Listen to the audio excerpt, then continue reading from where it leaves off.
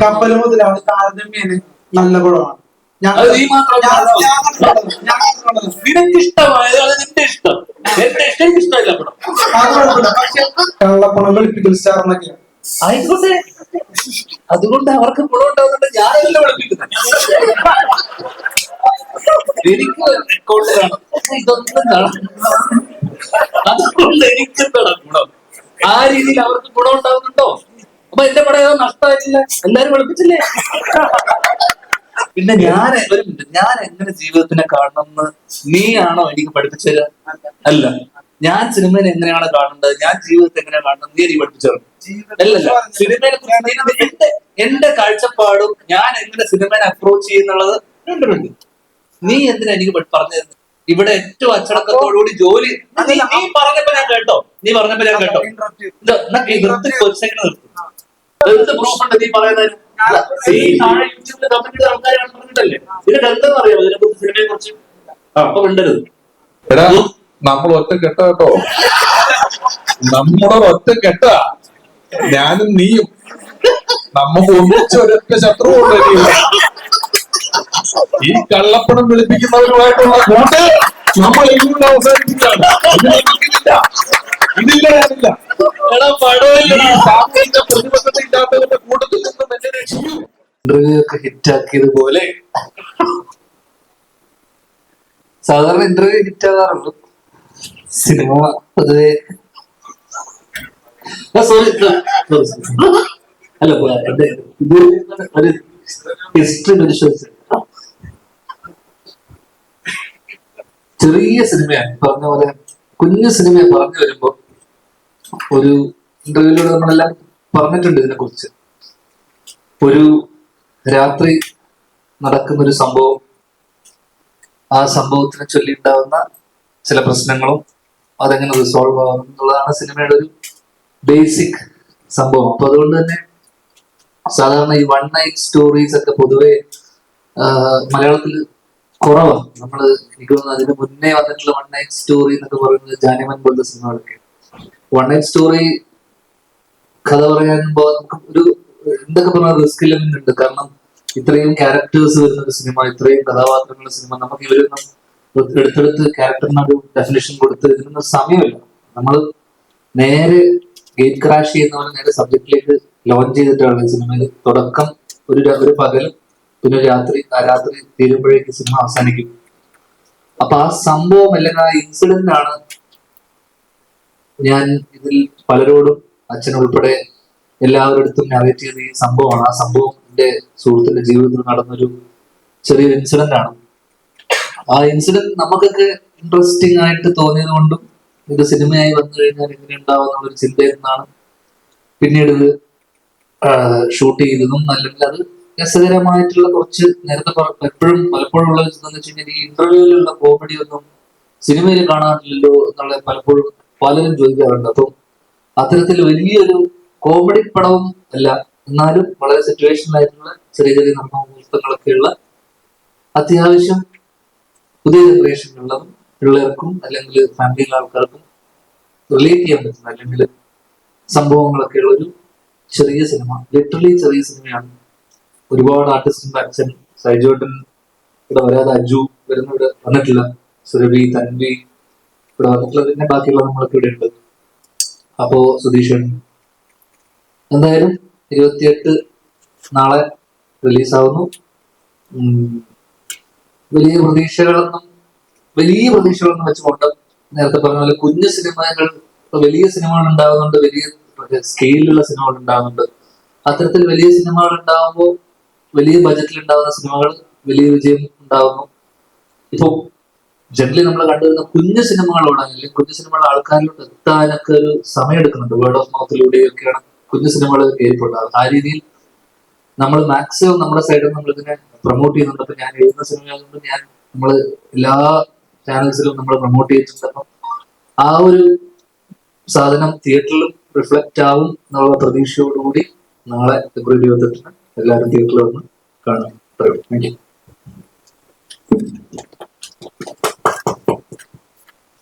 എല്ലാവർക്കും നമസ്കാരം. ഞാൻ പറഞ്ഞതുപോലെ ഞങ്ങളെല്ലാവരും കഴിഞ്ഞ കുറച്ച് ദിവസങ്ങളിൽ പല ഇന്റർവ്യൂകളൊക്കെ അവിടെ ഇവിടെയും ഈ സിനിമയുമായി ബന്ധപ്പെട്ട് കൊടുത്തിരുന്നു.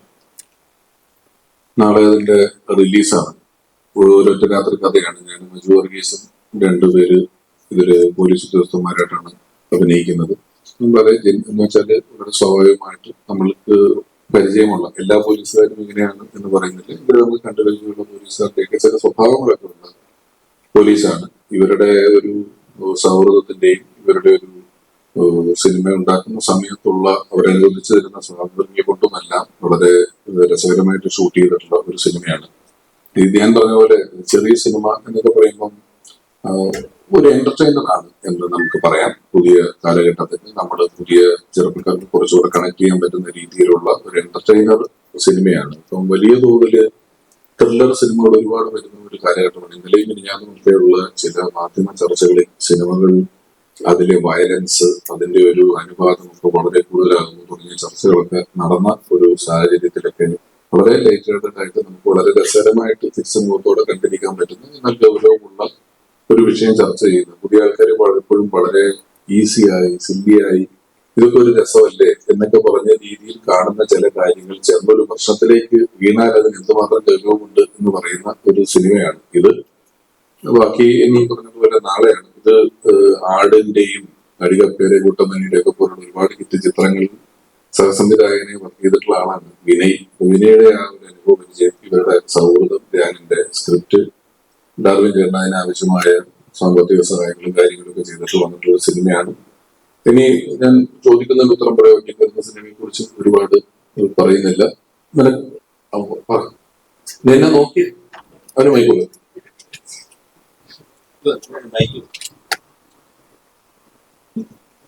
നമസ്കാരം. അപ്പോ നാളെ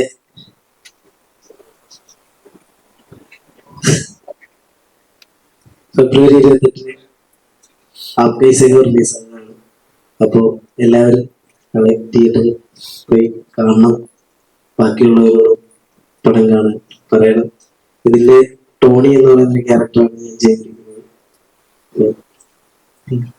അക്ഷയ് സെന്ററിന്റെ ക്ഷീണയോട്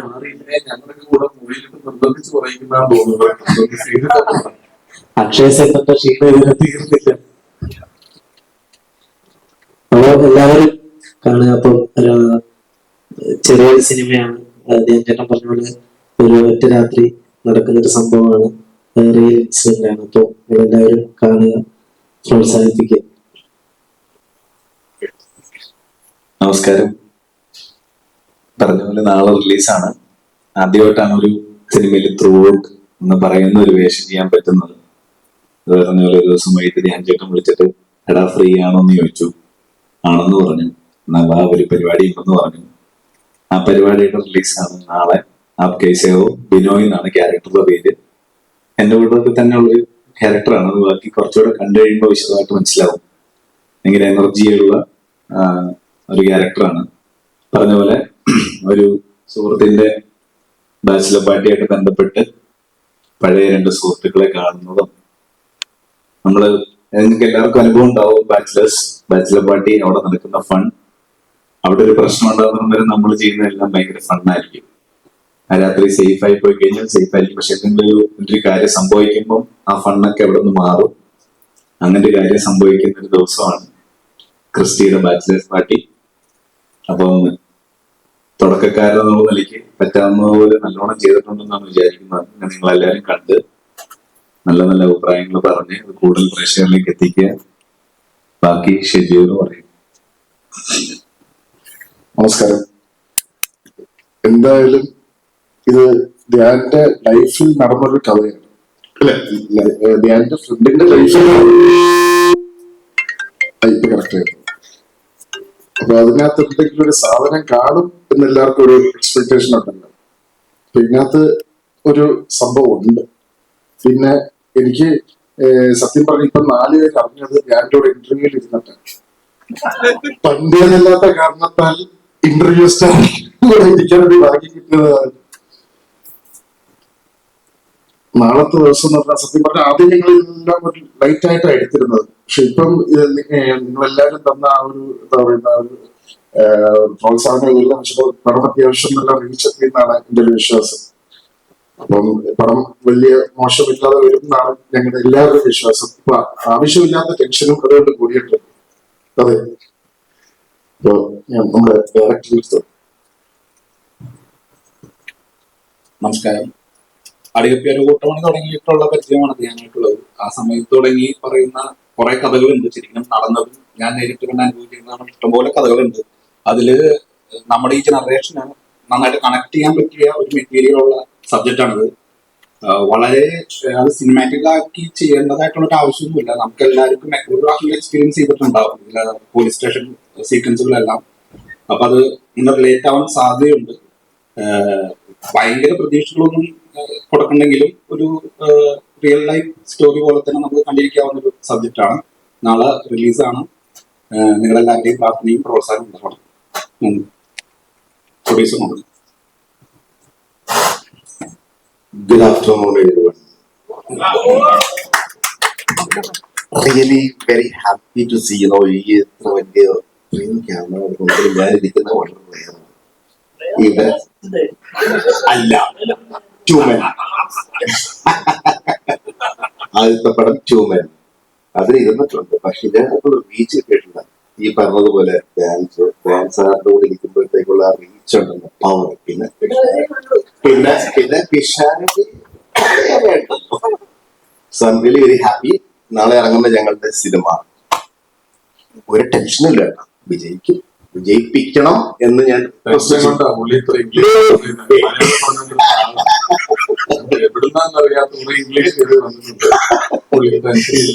ഒരു ടെൻഷനും ഇല്ല. സത്യം പറയാം, ഈ പടം വിജയിച്ചിരിക്കുന്നതാണ് എന്റെ കോൺഫിഡൻസ്. നല്ല വിശ്വാസമുണ്ട്. അങ്ങനെ അറിയാൻ നമുക്ക് ഇനിയും കൂട്ടായ്മയോടുകൂടി പടങ്ങൾ ഇനിയും എടുക്കാം. ജീവ ഒരു ആക്ട് കാണുന്നില്ല ഈ സമയമായതുകൊണ്ടാണ്. അല്ലെങ്കിൽ കോളേജിലൊക്കെ പോയി തകർക്കുന്നുണ്ടായിരുന്നല്ലോ, ശരിക്കും പറ്റി പോകും. സോ എല്ലാവർക്കും താങ്ക് യു. ഞങ്ങളുടെ പടം കാണാനായിട്ട് എല്ലാവരും നല്ല രീതിയിൽ പ്രൊമോട്ട് ചെയ്യണം. Thank you so much for എല്ലാവർക്കും. ഇനി ഇംഗ്ലീഷ് പറഞ്ഞ് ഞാൻ ഇതാക്കുന്നില്ല. Thank you. ഹലോ, നമസ്കാരം. എന്റെ പേര് ഡോണി ഡാർലിൻ. മോന എന്റെ പപ്പയാണ്. നമ്മളാണ് പടം പ്രൊഡ്യൂസ് ചെയ്തിരിക്കുന്നത്. നമ്മുടെ പ്രൊഡക്ഷൻ ഹൗസിന്റെ പേര് ഡേവിഡും എന്നാണ്. നമ്മുടെ 12ാമത് സിനിമയാണ്. അപ്പം നല്ല രീതിക്ക് വരും എന്നുള്ള ദൃഢമായ വിശ്വാസം എനിക്കുണ്ട്. ഞാനും ഒരു ചെറിയ വേഷം എന്നാ ചെയ്തിട്ടുണ്ട്. എന്റെ 4ാമത്തെ പടമാണ്. ഇതുവരെ പരിചയമില്ല. ഇതിലും ചെറിയൊരു വേഷമാണ് ചെയ്തിട്ടുള്ളത്. So hopefully in the coming years I will be active as an actor and as a producer. So looking forward to the best for this film. Thank you all. Thank you.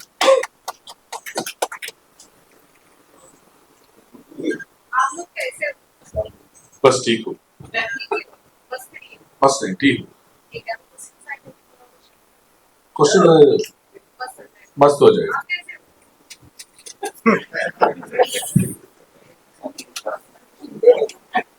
बढ़िया बढ़िया बढ़िया बढ़िया.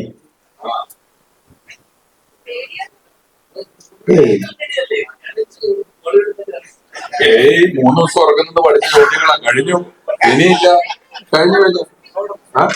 ആദ്യം പോയി സത്യോ कोई घटना नहीं, ऐसे ही बोलते दूसरा प्रॉब्लम नहीं है. हिंदी आता है, बहुत अच्छी तरह ही आता है. हाँ, सिर्फ अन्ना की अन्ना की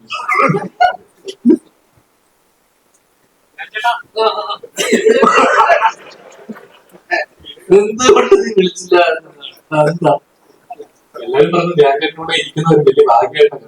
നീ നമ്മൾ എന്ത് എന്നോട് പറഞ്ഞു ഇടാൻ ഭാഗ്യമുണ്ട് അല്ലെ? ഞങ്ങളുടെ ഒരു ഭാഗ്യമായിട്ട് ഞങ്ങൾ കാണുന്നു. അങ്ങനെ കാണുന്ന ഒരാളായിരിക്കും. താൻ ഇറങ്ങിയില്ലേ പരിപാടി? പിന്നെ എനിക്കത് ഇന്റർവ്യൂ ഇതാ ഇവന്റെ ചേട്ടന്റെ പാട്ട് പ്രൊമോട്ട് ചെയ്ത് നോക്കിയതാണ് സത്യത്തിൽ. ഇവന്റെ ചേട്ടനാണ് ആ പാട്ട് പാടിയത്. പക്ഷെ അത് ചക്കിന് വെച്ചത് കൊക്കിന് കൊടുത്തു. എനിക്ക് കിട്ടിയതോ സ്വന്തം ചേട്ടന്റെ പാട്ട് ഹിറ്റാക്കാൻ നോക്കി, അങ്ങനെ വന്നതാണ്.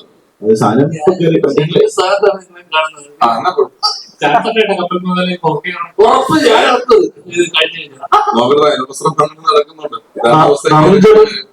ചെയ്യാന്ന് പറഞ്ഞിട്ട് ഇത് കഴിഞ്ഞിട്ട് അത് ചെയ്യുവാണെങ്കിൽ ഇവൻ അഭിനയിച്ച കാരണവർക്ക് പറഞ്ഞൊരു പടം ഉണ്ട്. തിരക്കിനിടയിൽ മറ്റേ ടോം ചാക്കോടെ കുറെ സ്വർണത്തിനിടയിൽ ഏട്ടന്റെ കാപ്പോ മുങ്ങിപ്പോയെന്ന് പറഞ്ഞാൽ അതവിടെ ഇരിപ്പുണ്ടേ സുഹൃത്തുക്കളെ. ഒരാവശ്യം സ്ക്രിപ്റ്റുകൾ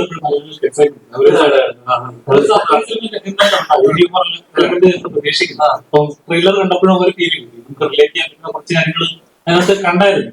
അപ്പൊ ഇങ്ങനെ ഒരു സ്ക്രിപ്റ്റ് ക്ലിനിക്കാൻ റിയാക്ഷൻ? ഇത് ഈ നടന്ന സംഭവം ഇതൊരു എന്താ പറയണ്ടത്, ഇതിന്റെ സ്ക്രീൻ പ്ലേയോ അതൊന്നും അല്ല ഞാൻ പറഞ്ഞത്. ഞാൻ ഈ നടന്ന സംഭവം എന്റെ കൂട്ടുകാരന്റെ ജീവിതത്തിൽ നടന്ന ഈ സംഭവം അതേപടി പുള്ളിയെടുത്ത് നറേറ്റ് ചെയ്തു. പ്രശ്നമുണ്ടോ? അറിയാൻ ഫോണുണ്ടോ? എനിക്ക് മുഴുവൻ ഫോണല്ലോ. പോണം മൈക്കിന്റെ അടുത്ത് പോണെന്ന് ഇപ്പൊ അങ്ങനെ ചെല്ലും പറ്റിയത്. ഇതൊക്കെ പണ്ട് കാലത്താണ്. ശരി. അപ്പൊ അച്ഛൻ്റെ അടുത്ത് ഈ സംഭവം അതേപടി, ഈ നടന്ന സംഭവം, ആ രാത്രിയിൽ നടന്ന ആ സംഭവം അതേപടി പറയുക ചെയ്തു. അപ്പൊ പുള്ളി അതിനെ എന്താ പറയുക, ഇതിന്റെ സിനിമയായി വരും ഒക്കെ, ഇത് സിനിമയായി വന്നാൽ രസം ഉണ്ടാവും എന്നുള്ളൊരു ചിന്തയിൽ നിന്നാണ് നമ്മള്.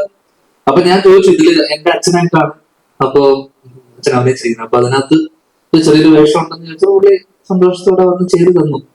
അത്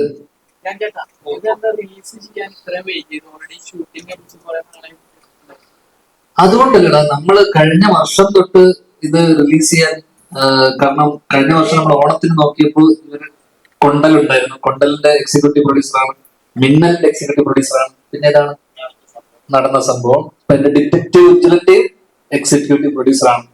അപ്പൊ ഇവരുടെ തന്നെ സിനിമകൾ കറക്റ്റ് സമയത്ത് ഓരോ സിനിമകൾ ഉണ്ടായതുകൊണ്ട് തന്നെ അപ്പൊ നമ്മളൊരു സമയം നോക്കി പിന്നെ എല്ലാം ഈ തിരക്കും പരിപാടി എല്ലാം, കാരണം കഴിഞ്ഞ മാസങ്ങളോ വർഷങ്ങളൊക്കെ എല്ലാ ആഴ്ചയും 3-4 റിലീസൊക്കെ ഉണ്ടായിരുന്ന സമയമാണ്. അപ്പൊ അതുകൊണ്ട് തന്നെ അച്ഛൻ പറഞ്ഞ പോലെ തന്നെ എല്ലാത്തിനും അതിന്റേതായ സമയം അപ്പോഴേ വരുള്ളൂ.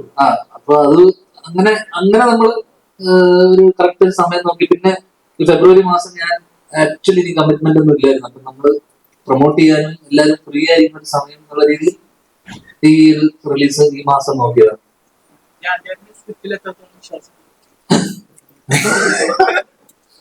അങ്ങനെ വിശ്വാസം വെച്ച് നമ്മള് വിശ്വാസത്തിന്റെ പുറത്താണല്ലോ നമ്മളിത് സിനിമയാക്കിയത്. അപ്പോ സിനിമയാക്കിയത് അന്നൊരു വിശ്വാസം ഉള്ളത് കൊണ്ടാണല്ലോ. പിന്നെ ഇത് നമുക്ക്, ഞാൻ പറഞ്ഞു, ഇത് സിനിമ നമ്മള് ഒരു കഥ ഇഷ്ടമായി നമുക്കൊരു എല്ലാവരോടും പറഞ്ഞ് ഇഷ്ടമായതിനു ശേഷം ഇത് ഏത് ഘട്ടത്തിൽ വേണമെന്ന് പാളിപ്പോകും. ഇത് ഷൂട്ട് ചെയ്യുന്ന സമയത്ത് നന്നായി ഷൂട്ട് ചെയ്ത് വരണം, ഇതിന്റെ ബാക്കിയുള്ള എല്ലാ സാഹചര്യങ്ങളും കറക്റ്റ് ആയിട്ട് വരണം, നല്ല പെർഫോമൻസ് വരണം. നമ്മളിപ്പോ ഇപ്പൊ കാസ്റ്റിംഗ് അല്ലെങ്കിൽ ഇതൊക്കെ ഭയങ്കര ഇമ്പോർട്ടന്റ്. ഇപ്പൊ ഞാൻ രമേശ് ഏട്ടനെയും ധർമ്മേട്ടനെയും വെച്ചിട്ടാണ്, ഇവരുടെ കോമ്പിനേഷനാണ് ഞാൻ ആദ്യം പിടിക്കാന്ന് വെച്ചത്, പോലീസുകാരൻ. അപ്പൊ എനിക്ക് ഇവരെ ഓഫ് സ്ക്രീൻ അല്ലെങ്കിൽ ഇവരുടെ സ്റ്റേജ് ഷോസും അല്ലെങ്കിൽ ഇവരുടെ ബഡായി ബംഗ്ലാവിലെ പരിപാടി എനിക്ക് ഭയങ്കര ഇഷ്ടമായതുകൊണ്ട് അപ്പൊ ഞാൻ ആദ്യം ആലോചിച്ചപ്പോ ഇവർ ഓൺ സ്ക്രീൻ വരുമ്പോൾ ഭയങ്കര ഒരു കെമിസ്ട്രി ഉണ്ടാവുമല്ലോ എന്ന് വെച്ചാൽ ഞാൻ അങ്ങനെയാണ് ചിന്തിച്ചിരുന്നത്. പിന്നെയാണ് രമേശ് ഏട്ടനും അജു ഒരു കോംബോ വരുവാണെങ്കിൽ എങ്ങനെ ഉണ്ടാവും. അപ്പൊ ഇവര് ഫസ്റ്റ് ഡേ തന്നെ നമുക്ക് ഓൺ സ്ക്രീൻ ചില ആൾക്കാർക്ക് ഒരു കെമിസ്ട്രി ഉണ്ടാവില്ല, ഒരു ഗിവ് ആൻഡ് ടേക്ക്. അപ്പൊ ഇതൊക്കെ കറക്റ്റ് ആയിട്ട് വരണം. ഇതിൽ ഏതെങ്കിലും പാളിപ്പോയി കഴിഞ്ഞാലും ഇതൊന്നും കറക്റ്റ് വന്നില്ലെങ്കിൽ നമ്മൾ വിചാരിച്ചൊന്നും പരിപാടി വർക്കാവില്ല. ജീവ ആയിക്കോട്ടെ, ദിവ്യനായിക്കോട്ടെ, എനിക്ക് ഈ പറയുന്ന ഇതിലുള്ള എല്ലാ കഥാപാത്രങ്ങളും ഞാൻ കണ്ടിട്ടുള്ളതും എനിക്കറിയാവുന്ന എന്റെ അടുത്ത സുഹൃത്തുക്കളാണ്. ജീവ ചെയ്ത റോൾ ആയിക്കോട്ടെ, ദിവ്യൻ ചെയ്തായിക്കോട്ടെ, ഇവരെയൊക്കെ ഞാൻ എന്റെ അടുത്ത സുഹൃത്തുക്കളാണ്. അപ്പം ഇവരെയൊക്കെ എനിക്ക് എവിടെയെങ്കിലുമൊക്കെ റിലേറ്റ് ചെയ്യാൻ പറ്റുന്നത് കൊണ്ടാണ് ജീവയുടെ ഷോസും അല്ല ആങ്കർ ചെയ്തതും അല്ലെങ്കിൽ ജീവയുടെ യൂട്യൂബ് ഇതും ഇതൊക്കെ ഞാൻ കണ്ടിരുന്നു. അപ്പം ആ രീതിയിൽ എനിക്ക് ജീവൻ എനിക്ക് എന്റെ ഈ കൂട്ടുകാരനായിട്ട് എനിക്ക് അധികം റിലേറ്റ് ചെയ്യാൻ പറ്റും. ദിവ്യനെ എനിക്ക് ഇതേപോലെ സിനിമക്കപ്പുറത്ത് ഒരു പരിചയവും ബന്ധമുണ്ട്. ദിവ്യനാണ് ഈ പ്രൊജക്ട് ആദ്യം ഇനീഷ്യേറ്റ് ചെയ്യുന്നത്. അപ്പം ദിവ്യനോട് ഞാൻ അങ്ങോട്ട് ചോദിക്കരുത് ഇത് ചെയ്യുമോ, കാരണം പഴയ വിന്റേജ് മുകേഷ് ഏട്ടന്റെ ചില മാനറിസവും ഇതൊക്കെ അളിയന്റെ കയ്യിലുണ്ട്. അപ്പം എനിക്ക് പെട്ടെന്ന് അളിയന്ത് ചെയ്തു കഴിഞ്ഞാൽ എങ്ങനെ ഉണ്ടാവും. അപ്പൊ ആ രീതിയിൽ ഇതൊക്കെ എല്ലാം ഒത്തു വന്നാലും മാത്രമേ ഒരു കംപ്ലീറ്റ് ഒരു സാധനം ഉണ്ടാവുള്ളൂ. ആ രീതിയിൽ പെർഫോമൻസ് വൈസ് എനിക്ക് തോന്നുന്നു എല്ലാവരുടെയും മികച്ച, പിന്നെ ഞാൻ വിചാരിച്ചതുപോലെ നമ്മൾ ആർട്ടിസ്റ്റ് പെർഫോമൻസ് ഉണ്ടല്ലോ, എന്നാൽ പോലും നമ്മൾ ഷൂട്ട് ചെയ്ത സമയത്ത് നമുക്ക് ചില റെസ്ട്രിക്ഷൻസും ചില കാരണം നമ്മൾ ഷൂട്ട് ചെയ്ത സമയത്ത് കുറച്ച് ഇഷ്യൂസ് ഒക്കെ ഉണ്ടായിരുന്നു. പക്ഷെ അതൊക്കെ നമ്മൾ സോർട്ട് ചെയ്ത് പോയി. പക്ഷെ ആർട്ടിസ്റ്റ് പെർഫോമൻസിൽ ഭയങ്കര ഹാപ്പിയാണ്, ഭയങ്കര വിശ്വാസമുണ്ട്. ഇവരുടെയൊക്കെ കരിയർ ബെസ്റ്റ് എന്നൊക്കെ പറഞ്ഞ രമേശ് ചേട്ടൻ എനിക്കൊന്ന് കപ്പൽ തൊഴിലാളിക്ക് ശേഷം രമേശ് ചേട്ടന്റെ കരിയർ ബ്രേക്ക് ആയിരിക്കും സാർ അല്ലേ? കപ്പൽ മുതലാളി കണ്ടിട്ടാണ് ഇത് കാണുന്നതെങ്കിലല്ലേ നിങ്ങൾക്ക് ആരാധന തോന്നും പുള്ളിയോട്?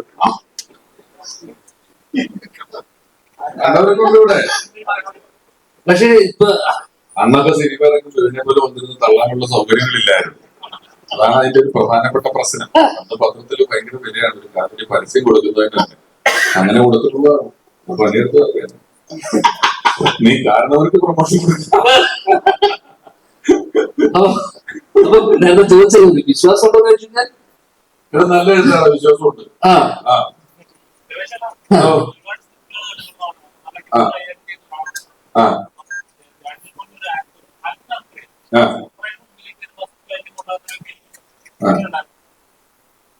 ഇവന് എനിക്ക് ഇവന്റെ വീട്ടിൽ എന്റെ അച്ഛൻ, എന്റെ ചേട്ടൻ, ഇവർക്കൊക്കെ എഴുത്ത് ഇവരുടെ കഥാപാത്രത്തെ എഴുതുന്നതിലാണെങ്കിലും അല്ലാതെ ആണെങ്കിലും ഇവർക്ക് എഴുത്ത് എനിക്ക് കുറച്ചുകൂടെ ഇഷ്ടമാണ്. ഇവർ ചെയ്ത എല്ലാ പടങ്ങളും ഞാൻ കണ്ടിട്ടില്ല എങ്കിലും എനിക്ക് എഴുത്തിലാണ് ഇവര് അഭിനയത്തിന് കുറച്ചുകൂടെ കംഫർട്ട് നോക്കുന്ന ഒരാളാണ്. ഇവൻ അങ്ങനെ ഒക്കെ നോക്കിയിരിക്കുന്ന ഒരാളാണ്. പക്ഷെ എഴുത്ത് കുറച്ച് അധ്വാനിച്ച് എഴുതുകയും ഇവൻ അറിയാവുന്ന കഥയായതിന് ഒരു വലിയ സൗകര്യമുണ്ട്. ഇവൻ അതിനകത്ത് ആ കഥയിൽ ഇൻവോൾവ് ചെയ്തിട്ടുള്ള ഒരാളാണ്.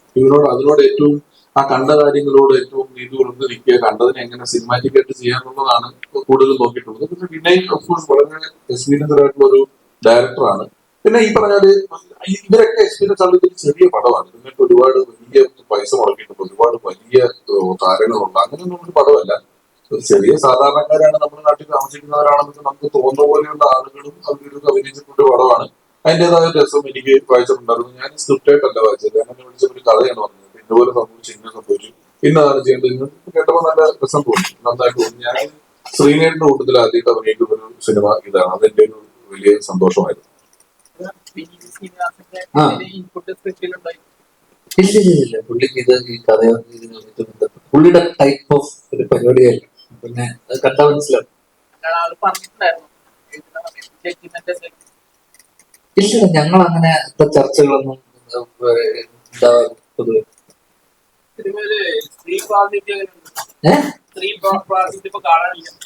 അവരാരും വന്നില്ല വിളിച്ചിട്ട്. ഇവിടെ കുറവാണല്ലോ.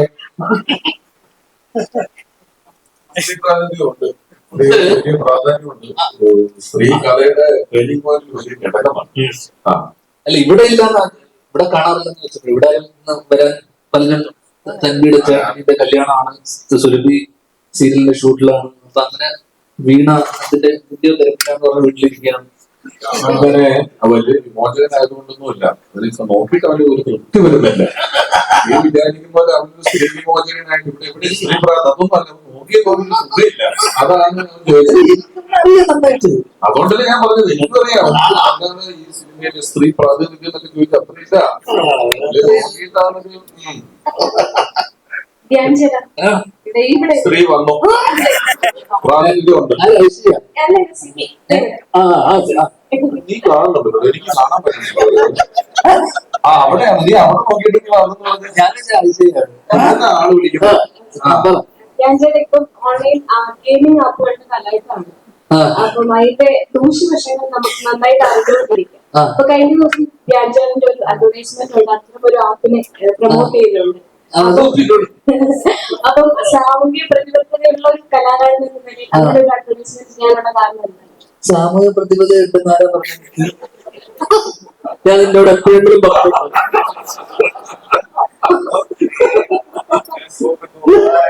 എന്നോട് ഞാൻ പറഞ്ഞു സിനിമ എനിക്ക് സാമൂഹ്യ പ്രതിബദ്ധത ഉണ്ട് വിചാരിച്ചു.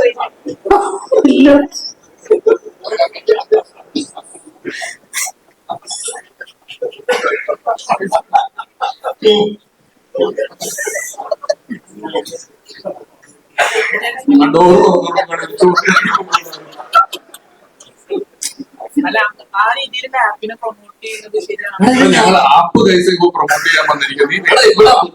ഷാറുഖ് ഖാൻ ഗുഡ്ക പാല് പ്രൊമോട്ട് ചെയ്യുന്നത് മറ്റേ ബസന്തി എന്ന് പറഞ്ഞിട്ട് ഷാറുഖ് ഖാനോട് ചോദിക്കൂ. എന്നോടല്ലേ ചോദിക്കുള്ളൂ, നിനക്ക് എന്നോട് പരിചയമുള്ളൂ.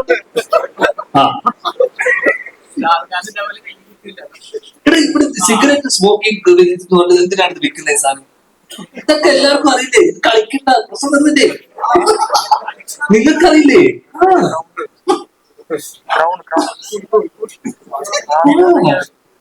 ഇനി പൈസ വീഴുന്ന ആൾക്കാർക്ക് ഞാൻ പൈസ കൊടുക്കും.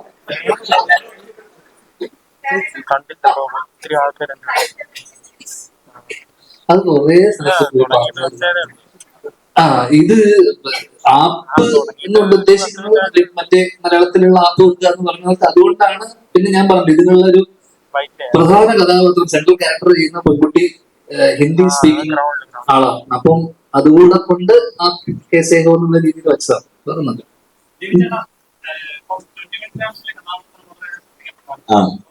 അതിനുശേഷം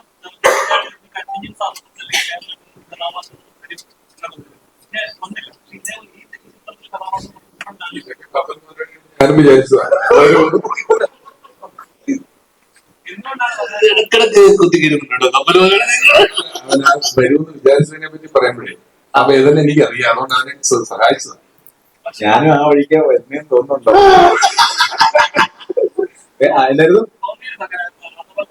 എല്ലാ പടം കഴിയുമ്പോഴും ഇത് കണ്ടിട്ട് ആരെങ്കിലും ഒക്കെ വിളിക്കും. അങ്ങനെ ഒരുപാട് പേരൊന്നും വിളിച്ചില്ല. 21 ഗ്രാംസ് കഴിഞ്ഞിട്ട് 3 പേരെ വിളിച്ചത്, ധ്യാൻ ചേട്ടൻ അടക്കം. അതില് ധ്യാൻ ചേട്ടൻ പടമാണ് ചെയ്തത്. അപ്പൊ അത് ഇത് കഴിയുമ്പോഴും കുറെ പേര് വിളിക്കും എന്നുള്ള പ്രതീക്ഷയിലായിരിക്കുന്നത്. എനിക്ക് തോന്നുന്നു വിളിക്കുമായിരിക്കും തോന്നുന്നു. ഇത് 21 ഗ്രാംസ് പോലല്ല, കുറച്ച് ഫുൾ ടൈം ഒരു കോമഡി എനർജി, പിന്നെ ദിവ്യനുമായിട്ട് അല്ലേ നല്ല രസമാണ്. നേരത്തെ ധ്യാൻ ചേട്ടൻ പറഞ്ഞ പോലെ ഒരു വിന്റേജ് മുകേഷ് ഡേ എന്നൊക്കെ വിളിക്കുന്ന ഒരു വിന്റേജ് മുകേഷ് ചേട്ടൻ വിളിക്കാൻ വേണ്ടി വിളിക്കുമ്പോ നീ ഫോൺ ഓഫ് ചെയ്ത് വിളിക്കരുത്. അപ്പൊ അങ്ങനെ എനിക്ക് തോന്നുന്നു പിന്നെ ഒരു ത്രൂ ഔട്ട് ചെയ്തിട്ടുള്ള ഒരു വേഷമാണ്. എനിക്കൊന്നും വർക്കൗട്ട് ആവും.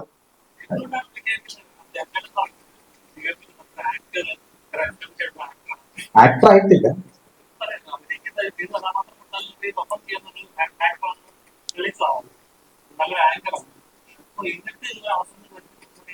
അത് ഒരു സമയമായിരിക്കും വിചാരിക്കണം. അത് ആ ഗ്രൂപ്പിലേക്ക് വന്നു കഴിഞ്ഞാൽ ചിലപ്പോൾ കണ്ടിന്യൂസ് ആയിട്ട് വരുമായിരിക്കും. അല്ലെങ്കിൽ നമ്മൾ കുറച്ചുകൂടെ വെയിറ്റ് ചെയ്യണമായിരിക്കും. ഈ പറയുന്ന പോലെ പിന്നെ പണ്ട് പോലെയുള്ള എല്ലാവരും പറഞ്ഞിട്ടില്ലേ, നമുക്കാണ് സിനിമ ആവശ്യം, സിനിമയ്ക്ക് നമ്മളെ ആവശ്യമില്ല. അപ്പൊ നമ്മളിങ്ങനെ ശ്രമിക്കുക, വരുന്നവരെ വേഷങ്ങൾ എത്രയും നന്നാക്കി ചെയ്യാൻ പറ്റുമോ അത്രയും നന്നാക്കി ചെയ്യുക എന്നുള്ളതാണ്. അത് ചെയ്തിട്ടുണ്ട്. പിന്നെ ഈ പറഞ്ഞ ഓസ്കാറിലുള്ള അഭിനയം കാഴ്ചവെക്കാൻ പറ്റിയിട്ടില്ല. ഞാൻ പയ്യെ പഠിച്ചു വരുവാണ്. നന്നാവുമെന്ന് വിചാരിക്കണം.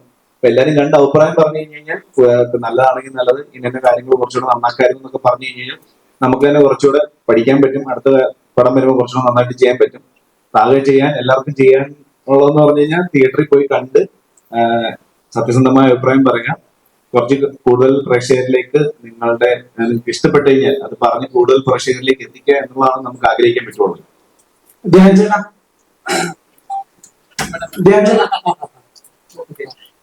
മലയാള സിനിമ ഇപ്പോ ഒരു വലിയ പ്രതിസന്ധിയിലൂടെയാണ് കടന്നു പോകുന്നത് എന്നുള്ള വാർത്തകളാണ് ഞങ്ങൾ എല്ലാവരും കണ്ടുകൊണ്ടിരിക്കുന്നത്. ഉടനെ സമരം വരും അങ്ങനെയൊക്കെ. അപ്പൊ അത്തരത്തിലൊരു സാഹചര്യത്തിലാണ് കുത്തൊഴുക്ക് പോലെ ധ്യാൻ ചേട്ടന്റെ പടങ്ങള് വരുന്നത്. അതെ. അപ്പൊ ഞാൻ പറയുന്നത് ധ്യാൻ ചേട്ടന്റെ കഴിഞ്ഞ ദിവസത്തെ ഒരു റീല് കണ്ടായിരുന്നു. അതില് ധ്യാൻ ചേട്ടൻ തന്നെ ധ്യാൻ ചേട്ടനെ പടക്കം സ്റ്റാർ എന്നാണ് വിശേഷിപ്പിക്കുന്നത്. അല്ല, ആ റീലിന്റെ കൺസെപ്റ്റ് ഏതാണ്? ഒരു പടക്കം തോന്നിട്ടുണ്ടായിരുന്നു, മനസ്സിലായിരുന്നു. അപ്പൊ ഒരു പടത്തിനെ ശരിക്കും ഡീമോട്ടിവേറ്റ് ചെയ്യല്ലേ ചെയ്യുന്നത്. ഞങ്ങൾ എത്ര പ്രൊമോട്ട് ചെയ്യാനപ്പോ കേളൂ. ഞങ്ങള് മീഡിയ ടീം നിങ്ങൾ എത്ര പടം ഓടി. അല്ല ചേട്ടാ പരിപാടി ഞാൻ ഈ പരിപാടി കുറച്ച് കാണുന്ന ചേട്ടനിപ്പോ നിങ്ങൾ കാരണം എന്റെ ഓടിയ ഒരു പടം പറഞ്ഞിരുന്നു. എനിക്ക് പറഞ്ഞ എന്റെ കൊള്ളാമത്ത ഒരു പടം നിങ്ങളെ കാരണം നീ കാവ് പിടിച്ചു. നല്ലൊരു തിരക്കഥയുള്ള പടം ഓടിയിട്ടുണ്ട്. ചേട്ടൻ ഏത് നല്ല തിരക്കഥ കൊട്ടിയ പടം പറ. നീ തോറ്റു പോയിട്ട് ചേട്ടാ കപ്പൽ മുതലാളി ഇപ്പൊ 21 ഗ്രാംസ് പറഞ്ഞു. അല്ലല്ല, കപ്പൽ മുതലാളി നിങ്ങളെ വിഷയത്തിൽ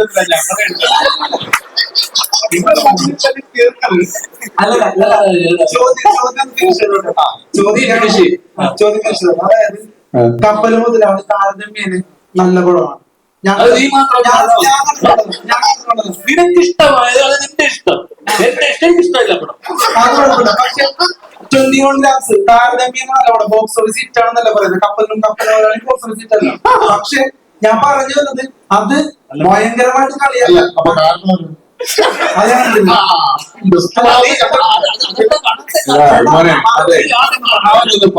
ഒന്നും ഞങ്ങളെ പോയിട്ടൊന്ന് കേൾക്കും. ഇപ്പൊ തന്നെ ഞാൻ പറയാം. കുറച്ചേരം എല്ലാവരും ഉണ്ടായിരുന്നു ഞാൻ പറയാം. അപ്പോ ഞാൻ പറഞ്ഞു വരുന്നത് നല്ലൊരു തിരക്കഥയുള്ള സിനിമകളൊന്നും കിട്ടിയിട്ടില്ല. പ്രൊമോഷൻ ഇല്ലാതെ തന്നെ ജയിച്ചിട്ടുണ്ട്. ഞങ്ങളിപ്പോ വരാത്തോളം ഒരുപാട് ഞങ്ങൾ നടക്കുന്നുണ്ട്, മനസ്സിലാകുന്നുണ്ടോ? പിന്നെ എന്റെ ഒരു അഭിപ്രായം, മലയാള സിനിമയുടെ ഒരു പ്രേക്ഷകൻ എന്നുള്ള നിലയിൽ പറയാണ് ഏറ്റവും വലിയ പ്രതിസന്ധി ഈ പറയുന്ന പോലെ ഒരു കണക്കില്ലാണ്ട് ചൂടപ്പം പോലെ ഇറങ്ങുന്ന സിനിമകളാണ്. അത് നിങ്ങള് പ്രൊഡ്യൂസർമാരെ ഫുൾ സ്ക്രിപ്റ്റ് വായിച്ചു നോക്കിയിട്ട് പടങ്ങൾ ഇനി മുതൽ സെലക്ട് ചെയ്യണം എന്നാണ് എന്റെ അഭിപ്രായം ആസ് എ പ്രേക്ഷകൻ, മനസ്സിലാവുന്നുണ്ടോ? അങ്ങനെയാണെങ്കിൽ പടത്തിന്റെ ഹിറ്റ് ആ ഒരു നിരക്കിലൊക്കെ ഒരുപാട് മാറ്റം വരും. അതല്ലാതെ നിങ്ങളുടെ ഇന്റൻഷൻ എന്താണ് ഇങ്ങനെയുള്ള കുറെ പടം പ്രതീക്ഷ വെക്കേണ്ടെന്ന് പറഞ്ഞത്? ഞങ്ങളൊക്കെ ഒരു സിനിമക്കാരനാവണമെങ്കിൽ തന്നെ ഒരുപാട് പ്രതീക്ഷയിലാണ്. ഇപ്പൊ കപ്പൽ മുതലാളി കഴിഞ്ഞ എത്ര നായക വേഷം രമേഷ് പിഷാരടിച്ചേട്ടൻ കിട്ടി? കപ്പൽ മുതലാളി കഴിഞ്ഞു, എത്ര നായക വേഷം കിട്ടി രമേഷ് പിഷാരടിച്ചേട്ടൻ? സൈഡ് റോളിലോട്ട് പോയില്ലേ? പക്ഷെ ചേട്ടന് എത്ര പടം പൊട്ടിയിട്ടും പണം കിട്ടുന്നുണ്ട്. എടാ നിനക്ക് ഇതിന്റെ പെറിഫറൽ ആയിട്ടുള്ള കാര്യങ്ങൾ മാത്രമേ അറിയുള്ളൂ. ഒരു പ്രൊഡ്യൂസറും ഒരു ഡയറക്ടറും ഒരിക്കലും എന്നെ വെച്ചിട്ട് എത്ര പടം പൊട്ടി, എന്നെ വെച്ചിട്ട് എന്തിനാ വീണ്ടും വീണ്ടും പടം എടുക്കുന്നത്? ചേട്ടാ വേറെ ടോക്കാണ് പോണത്. പറയാൻ പറ്റില്ല. പറ, ഇത്രയും നീ പറഞ്ഞില്ല, അതുകൂടെ പറ. ഒരു പ്രൊഡ്യൂസർ ഇരിക്കുന്നു പറയാൻ പറ്റില്ല. അല്ല പറ, നീ പറഞ്ഞോ. അതായത് ചേട്ടന്റെ കമന്റ്സിൽ വരുന്നത് കള്ളപ്പണം വെളുപ്പിക്കൽ സ്റ്റാർ എന്നൊക്കെയാണ്. ആയിക്കോട്ടെ, അതുകൊണ്ട് അവർക്ക് ഗുണം ഉണ്ടാവുന്നുണ്ട്. ഞാനല്ല വിളിപ്പിക്കുന്നത്, എനിക്ക് റെക്കോർഡ് കാണും, ഇതൊന്നും കാണും. അതുകൊണ്ട് എനിക്ക് ഗുണം. ആ രീതിയിൽ അവർക്ക് ഗുണം ഉണ്ടാവുന്നുണ്ടോ? അപ്പൊ എന്റെ പടം ഏതോ നഷ്ടമായിട്ടില്ല, എല്ലാരും വിളിപ്പിച്ചില്ലേ? പൈസ എല്ലാം വന്നില്ലേ? ഡയറക്ടർ പ്രൊഡ്യൂസർ സ്ക്രിപ്റ്റ് വായിച്ചു നോക്കണം എന്നൊക്കെ പറഞ്ഞിട്ട് ഇത് വായിച്ചു നോക്കാതെ ഒന്നുമല്ല ഒരു സിനിമ ഇറങ്ങുന്നത്. ഇറങ്ങുമ്പോ അങ്ങനെ അത്രയും സിനിമ ഇവിടെ അത്രയും സിനിമ ജനങ്ങൾക്ക് ആവശ്യമില്ല. 150 സിനിമ ഇറങ്ങുന്നുണ്ട്, 12 മാസമല്ലേ ഉള്ളൂ, 365 ദിവസമുണ്ട്, 150 ദിവസമൊക്കെ ആൾക്കാർക്ക് സിനിമ കണ്ടുപിടിക്കും. അപ്പൊ അത്രയും ചോയ്സ് ഉണ്ട്. എല്ലാ സാധനവും ഇവിടെ ഒരുപാട് ഇറങ്ങുന്നുണ്ട്. ഇവിടെ ഇറങ്ങുന്ന ബിസ്ക്കറ്റും പേസ്റ്റും അരിയും മണ്ണെണ്ണയും കാറും എല്ലാം ഒരുപാട് ബ്രാൻഡുകളുടെ ഒരുപാട് ഇറങ്ങുന്നുണ്ട്. നമുക്ക് ആവശ്യമുള്ളത് മാത്രമേ നമ്മൾ എടുക്കുള്ളൂ. നീ വഴി കൂടെ നടന്നിട്ട് ഹോട്ടലിൽ കിട്ടും. ഓരോ 2 മാസം ഇടവിട്ട് നീ ഹൈവേ വഴി യാത്ര ചെയ്ത് ഹോട്ടൽ തുറക്കും, ഹോട്ടൽ കൂട്ടും, കട തുടങ്ങും. അതുപോലൊരു സംഭവം മാത്രമാണ് ഇവിടെ നടക്കുന്നത്. പലതും വരും, പലരും വീണ്ടും അത് ചെയ്യാൻ തീരുമാനിക്കും. ആ കാലത്തുള്ളതിനേക്കാൾ സിനിമയ്ക്ക് മറ്റ് വ്യാവസായിക അടിസ്ഥാനത്തിലുള്ള കച്ചവടങ്ങളൊക്കെ നടന്നു തുടങ്ങുന്നത് കൊണ്ടും ധ്യാന്റെ പടത്തിന് ആ ലെവലിലുള്ള കോസ്റ്റ് വലിയ ഒരു 100 കോടി പടമൊന്നും അല്ല ധ്യാന്റെ പടം എന്ന് പറഞ്ഞ് വരുന്നതും ഇല്ല. നമുക്ക് ചെറിയ പടം ചെയ്യാൻ ആഗ്രഹമുള്ള ഒരാൾ വരുമ്പോൾ അത് ഇൻഡസ്ട്രിയെ നിയന്ത്രിക്കുന്ന ഒരാൾ, നീ സിനിമയിൽ വരാൻ ആഗ്രഹിക്കുന്നു എന്ന് പറഞ്ഞില്ലേ, അതേപോലെ സിനിമ ചെയ്താൽ മതി എന്ന് ആഗ്രഹിക്കുന്ന ആൾക്കാരുണ്ട്. അവരെന്തായാലും ഒരു സിനിമ ചെയ്യും. അവർ ചെയ്യാൻ സിനിമ വരുമ്പം അവർ നോക്കിയെടുക്കുമ്പോൾ അവർക്ക് വലിയ ആൾക്കാരുടെ പുറകെ പോകാനും കിട്ടാനുള്ള സാധ്യതയില്ല. അവർക്കൊരു സിനിമ ചെയ്യണം എന്നുള്ളൊരു ആഗ്രഹമാണ്. കിട്ടിയാ കിട്ടി, പോയാൽ പോട്ടെ, ലോട്ടറി എടുക്കുന്ന പോലെയാണ്. അതൊക്കെയാണ്. പക്ഷേ ആ പടത്തിന്റെ റിലീസിന് മുമ്പ് അതൊരു പടക്കമായിരിക്കും. ഞാനൊരു രീതി കാണിച്ചുതരാം. ശ്രീകാന്ത് വെട്ടിയാര് അപ്ലോഡ് ചെയ്തിട്ടുണ്ട്. അതിൽ പടക്കം ഇട്ടുണ്ടാണോ നാളെ എന്റെ ഒരു ഗുണ്ട് വരുന്നുണ്ടെന്നുള്ള രീതിയിൽ. നിനക്ക് ഈ പ്രൊഡ്യൂസർമാർക്ക് ഇവിടെ ഇരിക്കുന്നവർക്കും ഇല്ലാത്ത വേദന എന്താണ്?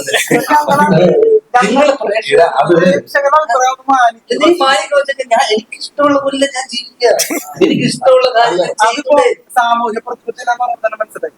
അല്ല, അതിനകത്ത് ഫോട്ടോ എന്നല്ല പറയുന്നത്, ആ റീലിനകത്ത് പറയുന്നത് എന്താ, ഈ പടക്കം പൊട്ടില്ല, ഇത് പൊട്ടില്ല. ഒരുപാട് പേരെ സ്വപ്നമാണ് കുറച്ചുകൂടി സീരിയസ് ആയിട്ട് കണ്ടുകൂടെ, അത്ര വിളിച്ചു നോക്കി. ഇവിടെ ഒരാളും ഒരു സിനിമ എടുത്തിട്ട് ഇത് കാണുന്ന പ്രേക്ഷകൻ പണ്ടാരം ഇളക്കണം, അവൻ കണ്ടിട്ട് വെറുക്കണം എന്ന് പറഞ്ഞാൽ നല്ല സിനിമ എടുക്കുന്നത്. എല്ലാവർക്കും ആ സിനിമ ആരെങ്കിലും ഒക്കെ ഒരാളുടെ പേഴ്സണൽ ഫേവറേറ്റ് ആയിരിക്കും. ഈ സിനിമ കണ്ട് കുറച്ച് ആൾക്കാരിലേക്ക് എത്തണം, അപ്പൊ ആ പടത്തെ പറ്റി നല്ല അഭിപ്രായം പറയണം. അല്ലെങ്കിൽ അല്ലാതെ ഇത് കണ്ട് ആൾക്കാരെന്നെ ചീത്ത വിളിക്കണം എന്ന് പറഞ്ഞാൽ ആരും സിനിമ എടുക്കുന്നില്ലെന്നാണ് എനിക്ക് തോന്നുന്നത്. പിന്നെ ഞാൻ എങ്ങനെ ജീവിതത്തിനെ കാണണമെന്ന് നീയാണോ എനിക്ക് പഠിപ്പിച്ചത്? അല്ല, ഞാൻ സിനിമയിൽ എങ്ങനെയാണ് കാണേണ്ടത്, ഞാൻ ജീവിതത്തെ എങ്ങനെയാണ് കാണുന്നത് നീ എനിക്ക് പഠിപ്പിച്ചത് അല്ലല്ല. സിനിമയെ കുറിച്ച് എന്റെ കാഴ്ചപ്പാടും ഞാൻ എങ്ങനെ സിനിമയെ അപ്രോച്ച് ചെയ്യുന്നുള്ളത് രണ്ടുണ്ട്. നീ എന്തിനാ എനിക്ക് പറഞ്ഞു തരുന്നത്? നീ കണ്ടൂടെ? അത് നിനക്ക് ഇത്രയും ആൾക്കാരിരിക്കെ പ്രസ് മീറ്റില് നീ ജീവിതത്തിന് വളരെ സീരിയസ് ആയിട്ട് നീ ചെയ്യുന്ന ജോലിയെ സീരിയസ് ആയിട്ടല്ലേ കാണുന്നത്? അതേ സീരിയസ്നെസ്സോടെ ഞാൻ ജോലി ചെയ്തു. ഇവിടെ ഏറ്റവും അച്ചടക്കത്തോടുകൂടി ജോലി നീ പറഞ്ഞപ്പോ ഞാൻ കേട്ടോ ഒരു സെക്കൻഡ് നിർത്ത്. നീ ഒരു വാഗ്വാദത്തിന് വന്നതല്ലോ അല്ലല്ലോ നീ പറഞ്ഞ ആവശ്യമില്ലാത്ത ചോദ്യം നീ ചെയ്ത പോലെ തന്നെ അവനും അടുത്ത് അവതായിട്ട് ചോദിക്കണം. ഞാൻ സീരിയസ് ആവണോ, ഞാൻ എന്താവണമെന്നുള്ളത് നീ എനിക്ക് പറഞ്ഞു തരണ്ടല്ലോ മോനെ. ഒരു സെക്കൻഡ്, അതായത് അത് സീരിയസ് ആയിട്ടൊക്കെ എടുക്കുന്നുണ്ട്. സിനിമ പൊളിയുന്നു, ഈ പൊളിഞ്ഞു എന്നുള്ള കാര്യം മനസ്സിലാക്കുന്നുണ്ട്. ഞാൻ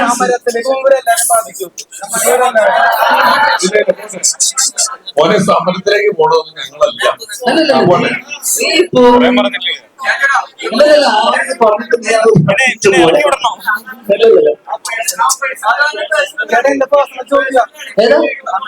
കാരണം എന്ന് വെച്ചാല് എന്റെ പേഴ്സണൽ ചോദ്യം, അതായത് എന്റെ പേഴ്സണൽ ചോദ്യം, എന്റെ പേഴ്സണൽ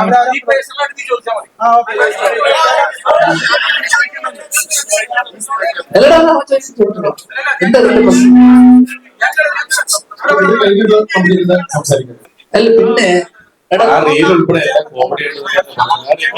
ഇതൊരിക്കലും നമ്മള് ഈ പറയുന്ന ഇത്രയും ആൾക്കാർ നീ ഇപ്പൊ ആലോചിച്ചു. ഞാൻ സീരിയസ് ആയിട്ട് അത് വളരെ പേഴ്സണൽ ആണ് നീ ചോദിച്ച കാര്യം. ഞാൻ ചോദിച്ചാൽ അത് നിനക്ക് എന്റെ അടുത്ത് ഈ ഒരു പടത്തിന് ഞാൻ പ്രൊമോട്ട് ചെയ്യാൻ നിൽക്കുന്ന ഒരു സ്ഥലത്ത് ഇത്രയും ആൾക്കാർ ഇരിക്കുന്ന സ്ഥലത്ത് ഒരു മിനിറ്റ് അപ്പൊ ഞാൻ പറയല്ലേ, നീ അത് കേക്ക്. നീ ഒരു ചോദ്യം ചോദിച്ചില്ലേ, നിങ്ങൾക്ക് കുറച്ചുകൂടെ സീരിയസ് ആയി കണ്ടോ? അത് ഞാൻ മറുപടി പറഞ്ഞിട്ട് ഞാൻ എങ്ങനെ ജീവിതത്തിനെ കാണണം, ഞാൻ എങ്ങനെ സിനിമയിൽ അപ്രോച്ച് ചെയ്യണം എന്നുള്ളത് നീ എനിക്ക് ദയവ് ഇത് പറഞ്ഞു തരും. ഒരിക്കലും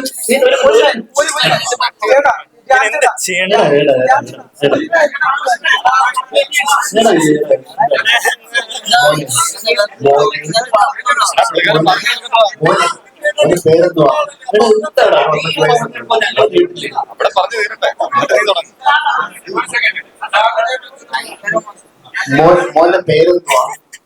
വേണ്ട അല്ല, ഏത് ചാനലാണ്? അതും വേണ്ട. പക്ഷെ എനിക്കിപ്പോ നല്ലൊരു അറിവ് കിട്ടിയപ്പോ ഞാന് 40 ഓക്കെ, അത് അഡ്വർടൈസ്മെന്റ് ആയാലും ഞാൻ ചോദിക്കാൻ പോകുന്ന ചോദ്യം, മോൻ പറഞ്ഞു കള്ളപ്പണം വെളുപ്പിക്കാനാണ് സിനിമ എടുക്കുന്നത്. അല്ല, താഴെ കമന്റ് വയസ്സാണോ നീ പറയാ കള്ളപ്പണം പഠിപ്പിക്കുന്ന കാര്യം? നിനക്ക് എന്ത് അടിസ്ഥാനം ഉണ്ടായാലും പറയാൻ പ്രൂഫ് ഉണ്ട്? എന്ത് പ്രൂഫ് ഉണ്ട് നീ പറയുന്നതിന്? താഴെ യൂട്യൂബിൽ കമന്റ് ആൾക്കാരെ പറഞ്ഞിട്ടല്ലേ നിനക്ക് എന്താ പറയാ ഇതിനെ കുറിച്ച്, സിനിമയെ കുറിച്ച്? അപ്പൊ മിണ്ടരുത്. ആവശ്യമില്ല. നമ്മളൊരു സ്ഥലത്ത് വരുമ്പോ ഞാൻ ഇവരൊക്കെ എത്ര കാലമായി കാണുന്നത് അറിയുന്നു. അൺപ്ലസന്റ് ആയിട്ടുള്ള ഒഫൻസീവ് ആയിട്ടുള്ള ചോദ്യങ്ങൾ ചോദിക്കുന്നത് നിർത്തുക.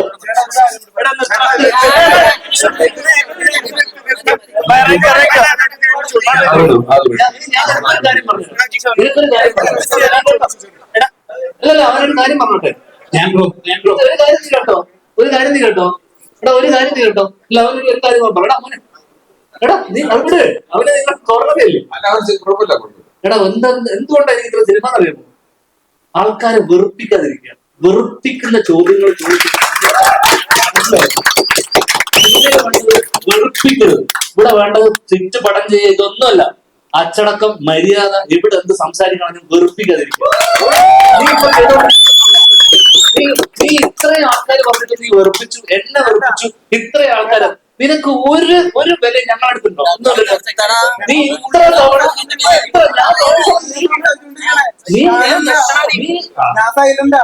കുഴപ്പമില്ല. ഇതിനെയും അതിന്റേതായ രസത്തിൽ തന്നെ എടുത്താൽ മതി. കുഴപ്പമില്ല, ചോദിച്ചോ. നിന്നോട് എനിക്ക് ഉത്തരം പറയാനില്ല. ഇത്ര ആൾക്കാർ പറയുന്നത് പ്രൊമോഷൻസിന്റെ കാര്യങ്ങൾക്ക് വേണ്ടി വന്നാണ്. ഞങ്ങൾ പറയല്ലേ, നിങ്ങൾക്ക് കുറെ പ്രാവശ്യം പുറത്താക്കുന്നല്ല, മറ്റുള്ളവർക്ക് ചോദിക്കാൻ അവസരം കൊടുക്കണം.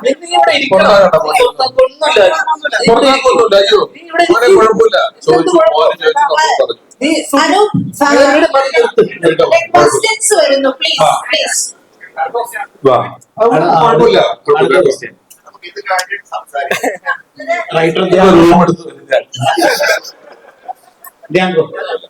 റിയൽ ലൈഫിൽ നടന്ന സംഭവം അതിൽ നടന്ന അതേ ക്യാരക്ടേഴ്സ് തന്നെയാണോ?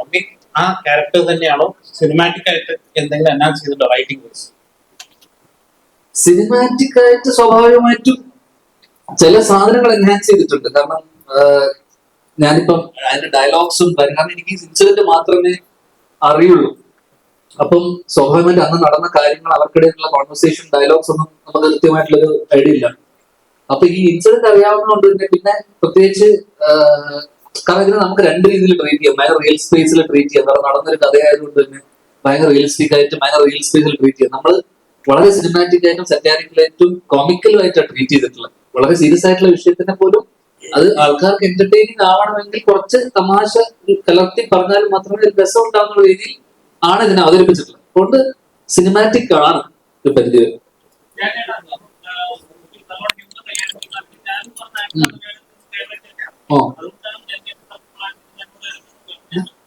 ഇവന് മാത്രം അത് മനസ്സിലാക്കില്ല.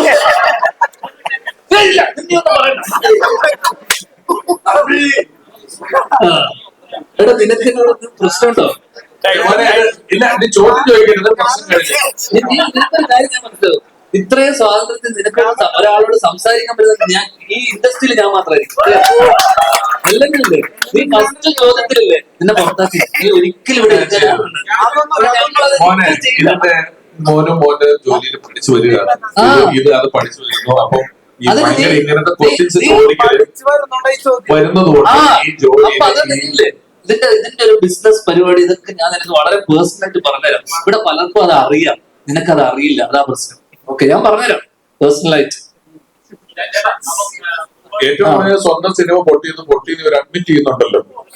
അതൊരു വലിയ മനസ്സാണ്. സീരിയസ് ആയിട്ട് പറഞ്ഞാൽ ഞാൻ സീരിയസ് സിനിമ പൊട്ടിയാല് പലരും അത് പൊട്ടിയില്ല, മറ്റേതാണ് വിജയമാണ്, അങ്ങനെയൊന്നും പറയുന്നില്ല. നമ്മളത് പൊട്ടി മോശമായി.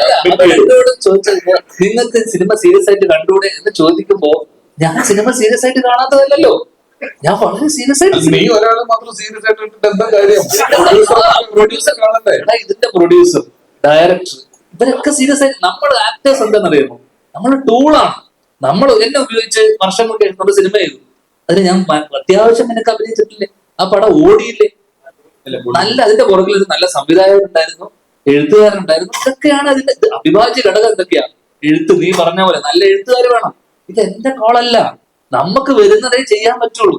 നിനക്കൊരു ജോലി ഒരാൾ ജോലി ചെയ്ത് നമ്മൾ ഫ്രീലാൻസ് ചെയ്യുന്ന ആൾക്കാരാണ്. അപ്പൊ ഞാൻ എന്ത് ചെയ്യും? അവരുടെ ഗട്ട് ഫീലിങ്ങിനെ നമ്മൾ വിശ്വസിക്കും. കാരണം എല്ലാവരും ആദ്യ സിനിമ ചെയ്യാൻ വരുന്ന ആൾക്കാരാണ്. ഇതുപോലെ നിന്റെ പ്രായത്തിലുള്ള പഠിക്കുന്ന പിള്ളേര് ആദ്യ സിനിമ ചെയ്യാൻ വരുന്ന ആൾക്കാർ എന്റെ അടുത്ത് പോകാൻ പറയുന്നു, ചേട്ടാ ഒന്ന് കൂടെ നിൽക്കണം. ഞാൻ ഇവരോടൊക്കെ പലപ്പോഴും പറഞ്ഞിട്ടുണ്ട്, ചിലപ്പോൾ ഓടില്ല. നമ്മൾ അവരെ കൺവിക്ഷനെ വിശ്വസിച്ച് നമ്മൾ സിനിമ അവർക്ക് ഡേറ്റ് കൊടുക്കും. അവര് ആത്മാർത്ഥമായി ശ്രമിക്കും, പൊട്ടിപ്പോ. ഈ 150 പടങ്ങളിൽ നമ്മളൊക്കെ വിദേശത്തൊക്കെ പ്രോഗ്രാമിലൊക്കെ ചില ആൾക്കാർ പരിചയപ്പെടും. ഒരു പടം ചെയ്യണമെന്ന് പറയും. ഇരുത്തി എങ്ങനെയാണ് സിനിമ തിയേറ്റർ എടുക്കുന്നത്, ഏത് സമയത്തെ ഷോകൾ നിങ്ങൾക്ക് കിട്ടും, നിങ്ങൾ പടം ചെയ്താൽ ഈ 9:30 രാവിലെ 8:30 ഷോ ആള് പോലും നിൽക്കില്ല. എങ്ങനെയാണ് സ്ക്രീൻ എടുക്കുന്നത്, എങ്ങനെയാണ് ഇതിന്റെ ബിസിനസ്, നിങ്ങൾ ഇപ്പോൾ ഇത് ചെയ്താൽ നിങ്ങൾക്ക് നഷ്ടം വരുമെന്നൊക്കെ പറഞ്ഞ് കൃത്യമായി ക്ലാസ് എടുത്ത് വിട്ടവരും 2 മാസം കഴിയുന്നു ചെയ്തു കേട്ടോ പടം എന്ന് പറഞ്ഞിരിക്കുന്നത് ഞാൻ കണ്ടിട്ടുണ്ട്. അത് ചിലർ ടൂർ പോകുന്ന പോലെ, ചിലർക്ക് അതൊരു അവര് വിദേശത്ത് പോയതും ഒക്കെ ചിലപ്പോൾ അല്ലെ എവിടെ ആയിക്കോട്ടെ പൈസ ഉണ്ടാക്കുക, ഒരു പടം ചെയ്യുന്ന ആഗ്രഹത്തിന് പോയ ആളുകളാണ്. അവരതിന് വരുന്നു, അവരത് ചെയ്യുന്നു. ഇത് കിട്ടിയില്ലെന്ന് ഓർത്ത് ഇതോടുകൂടി അങ്ങനെ നശിച്ച് വഴിയാതായ പ്രൊഡ്യൂസർമാരൊന്നും അല്ല. നല്ല ആളുകൾ നല്ല അവരുടെ ചെറിയൊരു ഒരു ആഗ്രഹപ്പടം ചെയ്യുന്നു. ആ ആഗ്രഹപ്പടത്തിന് അവൈലബിൾ ആകുന്ന ആക്ടർമാരെ തട്ടുന്നു, അതിൽ കിട്ടുന്നു, ചെയ്യുന്നു. അത്രേ ഉള്ളൂ. നിന്നോട് ഒരു ദേഷ്യവും ഒരു പെർസെന്റ് പോലും ഞങ്ങൾക്ക് ആർക്കും ഇല്ല.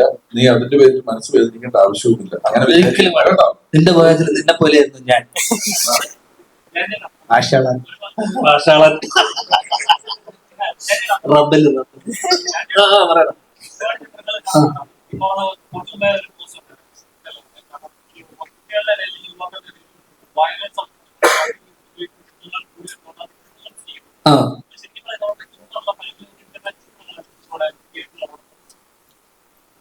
എടാ അത് ഇതെങ്ങനെ മാനസികമായിട്ട് ഇവരെ ഇൻഫ്ലുവൻസ് ചെയ്യുന്ന ചോദിച്ചു കഴിഞ്ഞാൽ നമുക്കത് ഇത് പേഴ്സൺ ടു പേഴ്സൺ അല്ലേ. ഇപ്പൊ നമ്മൾ ഇത് സിനിമ മാർക്ക് കൊണ്ടിട്ട് നമ്മൾ ആരും പോയിട്ട് ഇതുപോലത്തെ കാര്യങ്ങൾ ചെയ്യില്ല.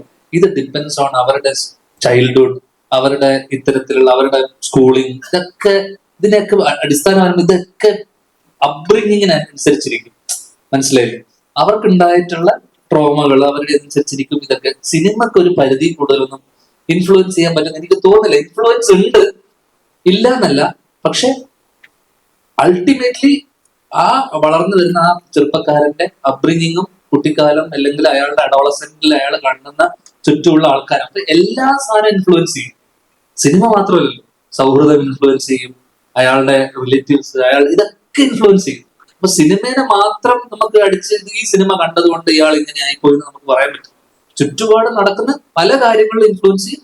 സിനിമയും ചിലപ്പോൾ ഇത്തരം വയലന്റ് ആയിട്ടുള്ള സിനിമകൾ വരുന്ന സമയത്ത് അതും ഇൻഫ്ലുവൻസ് ചെയ്യാൻ സാധ്യതകളുണ്ട്. ഞാനൊരു കാര്യം പറഞ്ഞോട്ടെ. അതായത് ഒരു വലിയ കൊലപാതകം, ആ കൊലപാതകത്തിന് ശേഷം രണ്ട് വീട്ടുകാർ തമ്മിൽ വലിയ പ്രതികാരം, വർഷങ്ങളോളം പ്രതികാരം തമ്മിൽ വിട്ടൂല എന്നൊക്കെയുള്ള കഥയാണ് ഗോഡ് ഫാദറിന്റെ യഥാർത്ഥ കഥ. എന്റെ ലക്ഷ്മി കൈകളിൽ കിടന്ന പടങ്ങി മരിച്ചു എന്നൊക്കെ പറയുന്നത് വെട്ടിക്കൊന്നതാണ്. ഒരു കൊലപാതകവും കാണിക്കാതെ മലയാളത്തിൽ ഏറ്റവും കൂടുതൽ കാലം 450 ദിവസം തിയേറ്ററിൽ ഓടിയ പടമാണ് ഗോഡ് ഫാദർ എന്ന് പറയുന്നത്. ഒരു സിനിമ എങ്ങനെ ആളുകളിലേക്ക് എത്തിക്കണം എന്നുള്ളത് അതിന്റെ എഴുത്തുകാരൻ വിചാരിക്കുന്ന പോലെയാണ്. അപ്പൊ ഞാൻ 2 പടം ചെയ്തു, ഒരു തുള്ളി ചോര ഈ 2 പടത്തിൽ കാണിച്ചിട്ടില്ല. കാണിക്കുന്നവന് കാണിക്കുകയും ചെയ്യാം. പക്ഷെ ഞാൻ ഉൾപ്പെടെ അല്ലെങ്കിൽ നമുക്ക് മുൻപേ നടന്ന ഒരു തലമുറയെ പൊളിറ്റിക്കൽ കറക്റ്റ്നെസ് എന്നൊരു വാക്ക് പഠിപ്പിച്ചിരിക്കുകയും അത് നിറം, ശരീരം, ജാതി ഇതൊക്കെ വെച്ച് പരിഹസിക്കുന്നത് മാത്രമല്ല, മനുഷ്യനെ കൊല്ലുന്നത് പൊളിറ്റിക്കലി ഇൻകറക്റ്റ് ആണ് എന്ന് ഒരു പൊളിറ്റിക്കൽ കറക്റ്റ്നെസ്സുകാർ വാദിക്കുന്നതോ അല്ലെങ്കിൽ കൊലപാതകങ്ങൾ റീ റെക്കോർഡ് ചെയ്ത് മ്യൂസിക് ഇട്ട് ഗ്ലോറിഫൈ ചെയ്യുന്നതിനെതിരെ ഒരു പൊളിറ്റിക്കൽ കറക്റ്റ്നെസിന്റെ വാചകങ്ങളോ എവിടെയും ഞാൻ ഇതുവരെ കാണുകയോ കേൾക്കുകയോ ചെയ്തിട്ടില്ല. നമ്മൾ വളരെ പരിമിതമായ ഒരു സ്ഥലത്തിരുന്നുകൊണ്ടാണ് ഈ ഒരു മാറ്റർ എപ്പോഴും സംസാരിക്കുന്നത്. ഇപ്പം ഞാൻ ഈ ഇടയ്ക്ക് ക്യൂവിൽ ഇന്റർവ്യൂവിൽ ഞാൻ ഈ കാര്യം പറഞ്ഞു. അതിൽ കുറെ പേര് അയ്യോ അങ്ങനെ എന്താ പറയുന്നത്, ഇതാണോ അതാണോ എന്നൊക്കെ ചോദിച്ചു കമന്റ് ചോദിച്ചു. ഞാൻ ഈ മാറ്റർ 5 മാസം മുമ്പ് സംസാരിച്ചതാണ്. അതായത് നമുക്കിപ്പോ സോഷ്യൽ മീഡിയയിൽ ഇതിന്റെ കഷ്ടങ്ങൾ വരും, സർട്ടിഫിക്കറ്റും സെൻസറിങ്ങും ഒക്കെ തിയേറ്ററിലല്ലേ ഉള്ളൂ, ഇതിന്റെ കഷ്ടങ്ങൾ വരുമല്ലോ. അപ്പൊ ഈ ക്രൈം ഈ ലെവലിൽ ഗ്ലോറിഫൈ ചെയ്ത് അവതരിപ്പിക്കുക, വില്ലനായിട്ട് അഭിനയിച്ച ആൾക്കാർ വളരെ സ്റ്റാറിനെ പോലെ നടക്കുക, നിൽക്കുക, നിരന്തരം കൊല്ലുക, കൊലപാതകം, വലിയ പടങ്ങൾ ഉൾപ്പെടെ കഴുത്ത് വെട്ടിക്കളയുക, മറ്റുവരെന്ന് പറയുന്നത് നിരന്തരം കാണുമ്പം ഇത് സ്വാഭാവികമാണെന്ന് തോന്നും. വളരെ നാച്ചുറലായ ഒരു പ്രോസസ്സ് പോലെ, വളരെ ഞാൻ പറഞ്ഞ പോലെ അങ്ങനത്തെ സാധാരണഗതിയിൽ അല്ലാത്ത ആളുകൾക്ക് നാച്ചുറൽ ആണെന്ന് തോന്നാം. ചെറിയൊരു നിയന്ത്രണം ഉള്ളത്. നമ്മുടെ നാട്ടില് കളിപ്പാട്ടങ്ങളുടെ കൂട്ടത്തിൽ തോക്ക് വെക്കുന്ന നാടായിരുന്നു. കാറും ബിപിയും ഡോളും അതിന്റെ ഇപ്പുറത്ത് തോക്കുമുണ്ട്. ഇത് മേടിച്ച് പിള്ളേർ പരസ്പരം വെടിവെച്ച് കളിക്കുന്നുണ്ട്. കളിപ്പാട്ടത്തിൽ ഒരു തോക്കുണ്ട്. അങ്ങനത്തെ ഒരു നാടായിരുന്നു. അപ്പോ ഒരു കൺട്രോൾ ഉണ്ടെങ്കിൽ നല്ലതാണ് എന്ന് തോന്നുന്നു.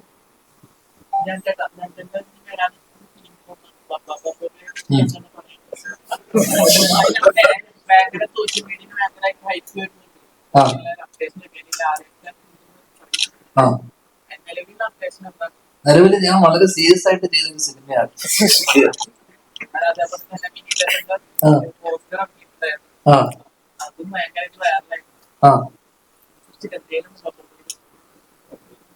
അപ്ഡേറ്റ് ഒന്നും ഇല്ലടാ. ഇപ്പൊ എനിക്കൊന്ന് ദൈവമുണ്ട് വിളിച്ചു വരുത്തേക്കുന്നത്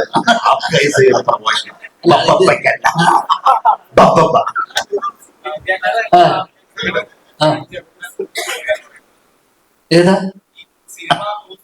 അതെ.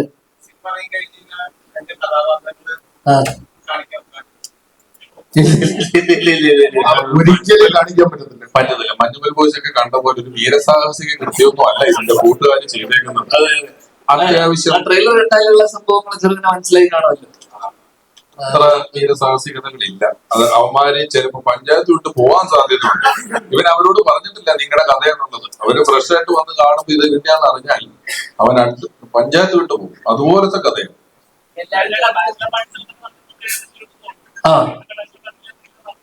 എന്തൊക്കെയാണ് അല്ലല്ല, എനിക്ക് അങ്ങനെ ഒരു ബാച്ചിലർ പാർട്ടി ഇല്ലായിരുന്നു. കാരണം അതിന്റെ ഒരു ഡെയിലി പാർട്ടി ഉള്ളവർക്ക് ഒരു പ്രത്യേകിച്ച് ഒരു ദിവസമായിട്ടൊരു ബാച്ചിലർ പാർട്ടി എന്ന് പറഞ്ഞൊരു പ്രശ്നം ഇല്ല. അപ്പൊ ഞാൻ കല്യാണ തലേന്ന് ഞാൻ ഈ കഥ പറഞ്ഞിട്ടുണ്ട് പലപ്പോഴായിട്ട്. ഞാൻ കല്യാണ തലേന്ന് രാത്രി ഒരു 9-10 മണി, പിറ്റേ ദിവസം രാവിലെ എന്റെ കല്യാണമാണ് 9 മണിക്ക് കണ്ണൂര്. ഞാൻ നേരത്തെ ഇതുപോലെ സാമൂഹിക പ്രതിബദ്ധത ഇല്ലാത്തതുകൊണ്ട് ഞാൻ അളിയനുണ്ടായിരുന്നല്ലേ, ഞാൻ ബാത്റൂമിലിരുന്ന് ചീട്ട് കളിച്ചോണ്ടിരിക്കുകയായിരുന്നു. അല്ല അളിയനുണ്ടായിരുന്നു. ചീട്ട് കളിക്കുന്നു. പിറ്റേ ദിവസം രാവിലെ ഞാൻ എറണാകുളത്താണ്. 10:30 മണിക്ക് രാവിലെ എന്റെ കല്യാണം. രാത്രി 9-9:30 വരെ ഞാൻ എറണാകുളത്ത് ബാത്റൂമിൽ നിന്ന് മത്സരിച്ച് ചീട്ട് കളിക്കണം. അങ്ങനെ ആരോ വന്നിട്ട് എന്നോട് ചോദിച്ചു പോണ്ടേന്ന് ചോദിച്ചു. അപ്പൊ രാവിലത്തേക്ക് ഷർട്ട് എടുക്കണം, മുണ്ട് വേണം, ഒന്നുമില്ല എന്റെ കയ്യിൽ. അങ്ങനെ രാവിലെ അപ്പൊ എന്നെ ആരും വിളിക്കുന്നുമില്ല. അതായത് കല്യാണത്തിന് ആരും നീ വരുന്നില്ലേ എന്ന് പോലും ആരും വിളിക്കുന്നില്ല. പലരുടെയും വിചാരം അച്ഛൻ വിളിച്ചില്ല, അമ്മ വിളിച്ചില്ല, ആരും വിളിക്കുന്നില്ല. ഞാൻ ചെന്നാ പിന്നെ എന്തിനാ പോണേ അങ്ങോട്ട്.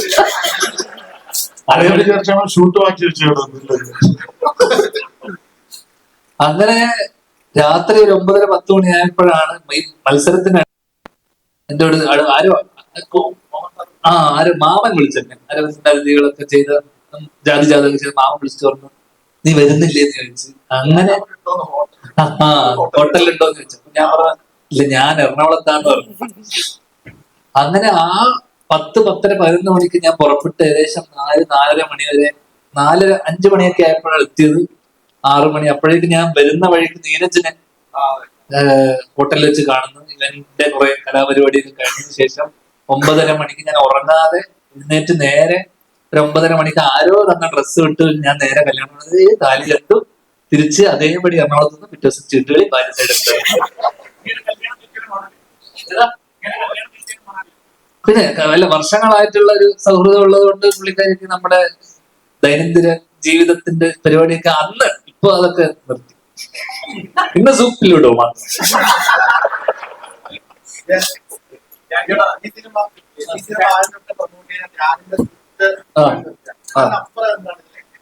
അപ്പുറം ഒന്നുമില്ല എന്നുള്ളത്. അല്ല അപ്പൊ ഇവന്റെ സംവിധാനം അല്ല സുമേഷ്, ഇതിപ്പോ ഞാൻ പറഞ്ഞില്ലേ, ഇതിപ്പോ നേരത്തെ പറഞ്ഞ പോലെ മാർക്കോ അല്ലെങ്കിൽ ഇപ്പം ത്രില്ലർ, വയലൻസ് സിനിമകൾ, എല്ലാതരം സിനിമകളും നമുക്കിപ്പോ ജാതി ജാതകം വന്നു, റൊമാൻസ് വരുന്നു. ഇപ്പം കഴിഞ്ഞ കുറച്ച് കാലങ്ങളായിട്ട് നമ്മൾ കാണുന്ന സീസൺ ഹിറ്റ് അടിക്കുന്ന പല സിനിമകളും ത്രില്ലേഴ്സ് ആണ്. ത്രില്ലർ അല്ലെങ്കിൽ ആക്ഷൻ, കാരണം കിഷ്കിന്റെ ആയിക്കോട്ടെ, മാർക്കോ ആയിക്കോട്ടെ, വയലന്റ് ത്രില്ലർ. അപ്പം മാസി വലിയ സിനിമകളാണ്. ചിരി എവിടെയൊക്കെയോ മിസ്സാവുന്നുണ്ടെന്ന് നമുക്ക് ഫീൽ ചെയ്യുന്നുണ്ട്.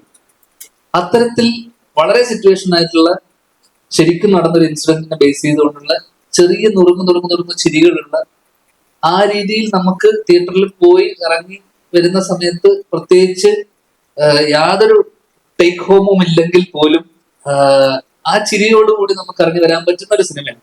അത്തരത്തിലുള്ള സിനിമകളും വേണം, ആവശ്യമാണ്.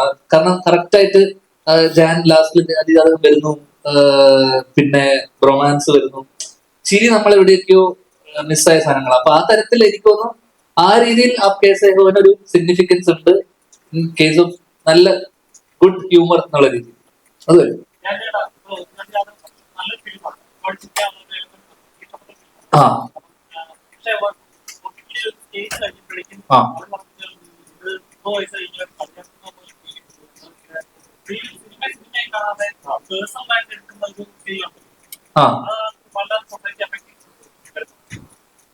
അല്ല, സിനിമ ഇപ്പൊ കുറെ കാലങ്ങളായിട്ട് സിനിമ എല്ലാവർക്കും വളരെ പേഴ്സണൽ ആണ്. ഇപ്പൊ ഇവനൊക്കെ ഭയങ്കര പേഴ്സണൽ ആയിട്ട് എടുക്കുന്നില്ലേ പല കാര്യങ്ങളും.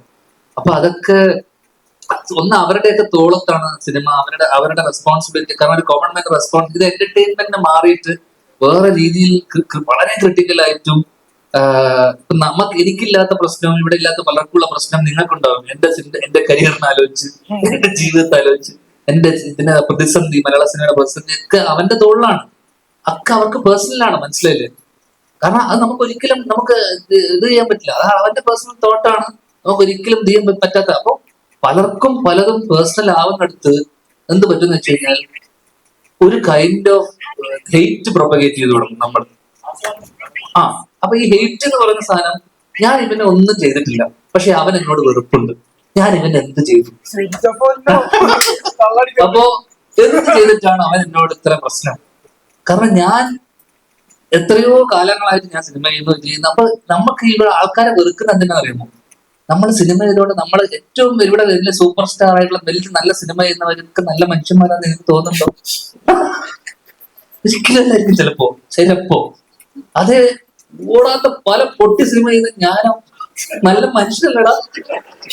അത് ഈ ജഡ്ജ് ചെയ്യുന്നത് ആസ്വദിക്കുന്നതായിട്ട് വലിയ വ്യത്യാസമുണ്ട്. വിദേശത്തൊക്കെ ഒരു ബ്രേക്ക്ഫാസ്റ്റ് കൊണ്ട് തന്നാൽ എൻജോയ് യുവർ ബ്രേക്ക്ഫാസ്റ്റ് പറഞ്ഞ് നമ്മൾ എൻജോയ് ചെയ്യാനായിട്ട് പറയുന്നത്. ഇവിടെ നമ്മൾ എല്ലാ സാധനവും വളരെ ജഡ്ജ് ചെയ്യുകയാണ്. അപ്പോ ഇപ്പൊ ഞങ്ങളുടെ ഇന്റർവ്യൂ, ഞങ്ങളെല്ലാവരും ഈ പടത്തിന്റെ പ്രൊമോഷൻ ഇന്റർവ്യൂ ചെയ്തല്ലോ. ഞങ്ങൾ 4-5 സുഹൃത്തുക്കളാണ്. ഞങ്ങൾ അങ്ങോട്ടും ഇങ്ങോട്ടും പറയുന്നത്. ഞാൻ ഇതിന്റെ ചില ഇന്റർവ്യൂ ഒക്കെ ലിങ്ക് ഇട്ട് ഇങ്ങനെ കമന്റ് വായിച്ചു നോക്കുമ്പോൾ ചില ആൾക്കാര് ഈ ധ്യാൻ അത് പറഞ്ഞത് തുഷാരടിക്ക് ഇഷ്ടപ്പെട്ടില്ല, മറ്റവൻ ഇവന്റെ ഈ സമയം എത്രയും അജു വർഗീസ് അങ്ങോട്ട് നോക്കിയിരുന്നത് നിങ്ങളിൽ എത്ര പേർ ശ്രദ്ധിച്ചു. ഇതൊന്നുമില്ല. ഇതൊക്കെ ഇവർ പേഴ്സണലായി എടുത്ത് ഞങ്ങളുടെ ഓരോരുത്തരുടെയും ആ സമയത്തെ മാനസിക നില എന്തായാലും ഞങ്ങൾ ഇങ്ങനെ ഒരു വിദ്വേഷം മനസ്സിൽ വെച്ചിട്ടായിരിക്കും ഇത് ചെയ്തതെന്നൊക്കെ ഓവർ തിങ്ക് ചെയ്ത് കഥകൾ മെനഞ്ഞ് കമന്റുകൾ ഇട്ടുകൊണ്ടിരിക്കുകയാണ് പലതരത്തിൽ. അവിടെ ഇതിനെ എന്ത് രസമായിട്ട് കണ്ട് ചിരിച്ച് മറക്കാവുന്ന ഒരു കാര്യമാണ്. ഇതൊരു ഇന്റർവ്യൂ അല്ല, അതൊരു ഇനം ഞങ്ങൾ പ്രസന്റ് ചെയ്തൊന്നുമല്ലോ.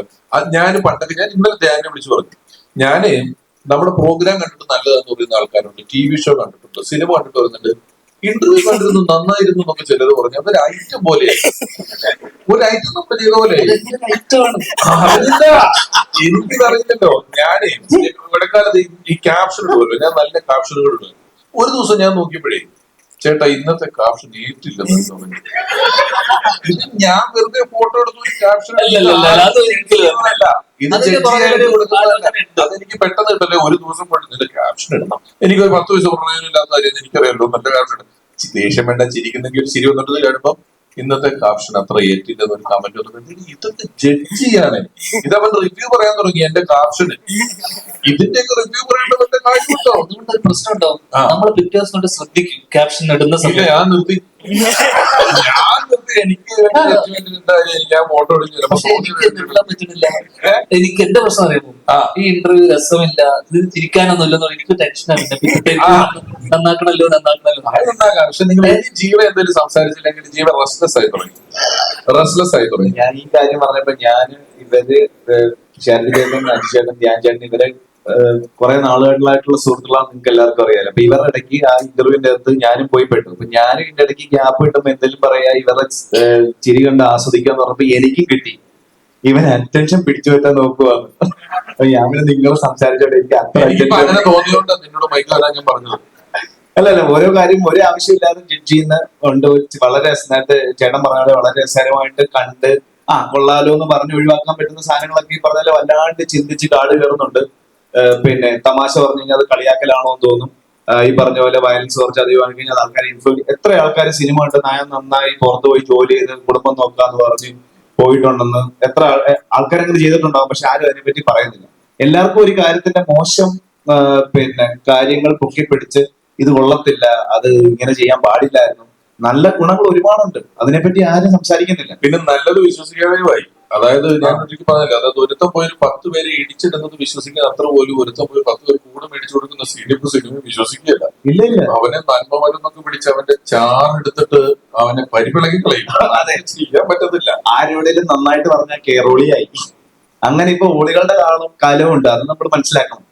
അപ്പൊ എന്തിനേയും കുറ്റം പറഞ്ഞ് ഈസിയാ. പക്ഷെ അതിൽ നിന്ന് എന്തെങ്കിലും ഒരു കാര്യത്തിൽ ഒരു നല്ലതുണ്ടെങ്കിൽ ഇത് കൊള്ളായിരുന്നു കേട്ടോ, അങ്ങനെ പറയുന്നിടത്താണ് ഇപ്പൊ കുറച്ചുകൂടെ റിലവൻസ് ഉള്ളതെന്ന് എനിക്ക് തോന്നുന്നു. പിന്നെ എല്ലാവരും പറയുന്ന ഇവരോട് ചോദിച്ചല്ലോ സിനിമാറ്റിക് ആയിട്ടാണ് ഈ കഥ പറഞ്ഞെന്നുള്ളത്. ശരിക്കും നമ്മുടെ ജീവിതത്തിൽ പറഞ്ഞു നടന്ന പല കാര്യവും നമുക്ക് സിനിമയായിട്ട് കാണിക്കാൻ പറ്റില്ല. ഇപ്പം ഈ അടുത്ത് വളരെ നമ്മളെല്ലാം ഞെട്ടിപ്പോയ ഒരു കൊലപാതകം, ഒരാള് 4-5 പേരെ കൊന്നു. സിനിമയിൽ ഇയാള് കാരണമായി പറഞ്ഞ ഒന്നും സിനിമയ്ക്ക് റീസൺ അല്ല. സിനിമയിൽ ഒരു ക്യാരക്ടർ അങ്ങനെ പോയി കൊന്ന ആൾക്കാർ കൂവും. അയ്യേ ഇതെന്ത് ഇങ്ങനത്തെ ഒരു കാര്യത്തിന് ഒരാൾ പോയി കൊല്ലുമെന്നൊക്കെ ചോദിക്കും. ലോജിക്ക് നോക്കും. അന്നേരം സമൂഹത്തിൽ നടക്കുന്ന അത്രയും സത്യത്തിൽ ഇപ്പൊ സിനിമാറ്റിക് ആയിട്ട് ചിന്തിക്കാൻ പറ്റില്ല. കല്യാണം കഴിച്ച ഒരു വരനും വധു ഇറങ്ങി വരുന്നു, ഒരു മരക്കും പൊടിഞ്ഞ് തലേ വീണ് വരൻ മരിച്ചു. നിങ്ങൾ ഈ വാർത്ത പത്രത്തിൽ വായിച്ചാൽ ഒന്നുമില്ല, കല്യാണം കഴിഞ്ഞിട്ട് മരം ഒടിഞ്ഞു തലേ. ഇത് സിനിമ കളിച്ച ആ സീന് പോവും. മരക്കൊമ്പ് അവന്റെ തലേ വീണ് പിന്നെ ചോദിക്കും. അപ്പൊ സത്യത്തിൽ സിനിമാറ്റിക് എന്ന് പറയുന്നത് സമൂഹത്തിലുള്ള അത്ര ഇല്ല സിനിമയില്. സമൂഹത്തിനാണ് കുറച്ചുകൂടെ നമുക്ക് വിശ്വസിക്കാനുള്ളത്. സിനിമ വിശ്വസിപ്പിക്കാൻ കൂടുതൽ പാടാണ്.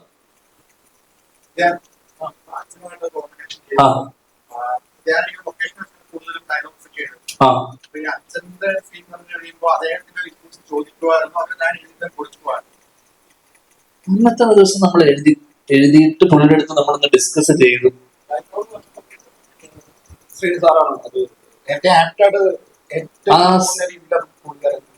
ആ സീൻ ഒന്ന് ജസ്റ്റ് ഒന്ന് ബ്രീഫ് ചെയ്തപ്പോ പുള്ളി അതിനകത്ത് എന്തൊക്കെ പറയണം വേണ്ട എന്നുള്ളതൊക്കെ ജസ്റ്റ് ഒന്ന് പുള്ളി പറയും. അത് അതിനപ്പുറം ഭയങ്കര ഇൻപുട്സ് ഒന്നും ഉണ്ടായിരുന്നു.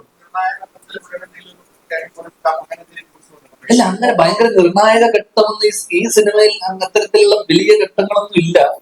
ഇതിലൊരു നമ്മള് കോമിക്കലായിട്ടും സെറ്റാരിക്കലായിട്ടും പറഞ്ഞു പോകുന്നതുകൊണ്ടും ഈ ഇൻസിഡന്റ് കൃത്യമായിട്ട് പുള്ളിക്ക് അറിയാവുന്നതുകൊണ്ടും അവിടെ വലിയ കോൺവെർസേഷൻസോ ഡയലോഗുകളോ അല്ലെങ്കിൽ അത്തരത്തിലുള്ള സംഭാഷണങ്ങളൊന്നും ഇല്ല ആ പുള്ളി വരുന്ന ഏരിയയിൽ പ്രത്യേകിച്ച്.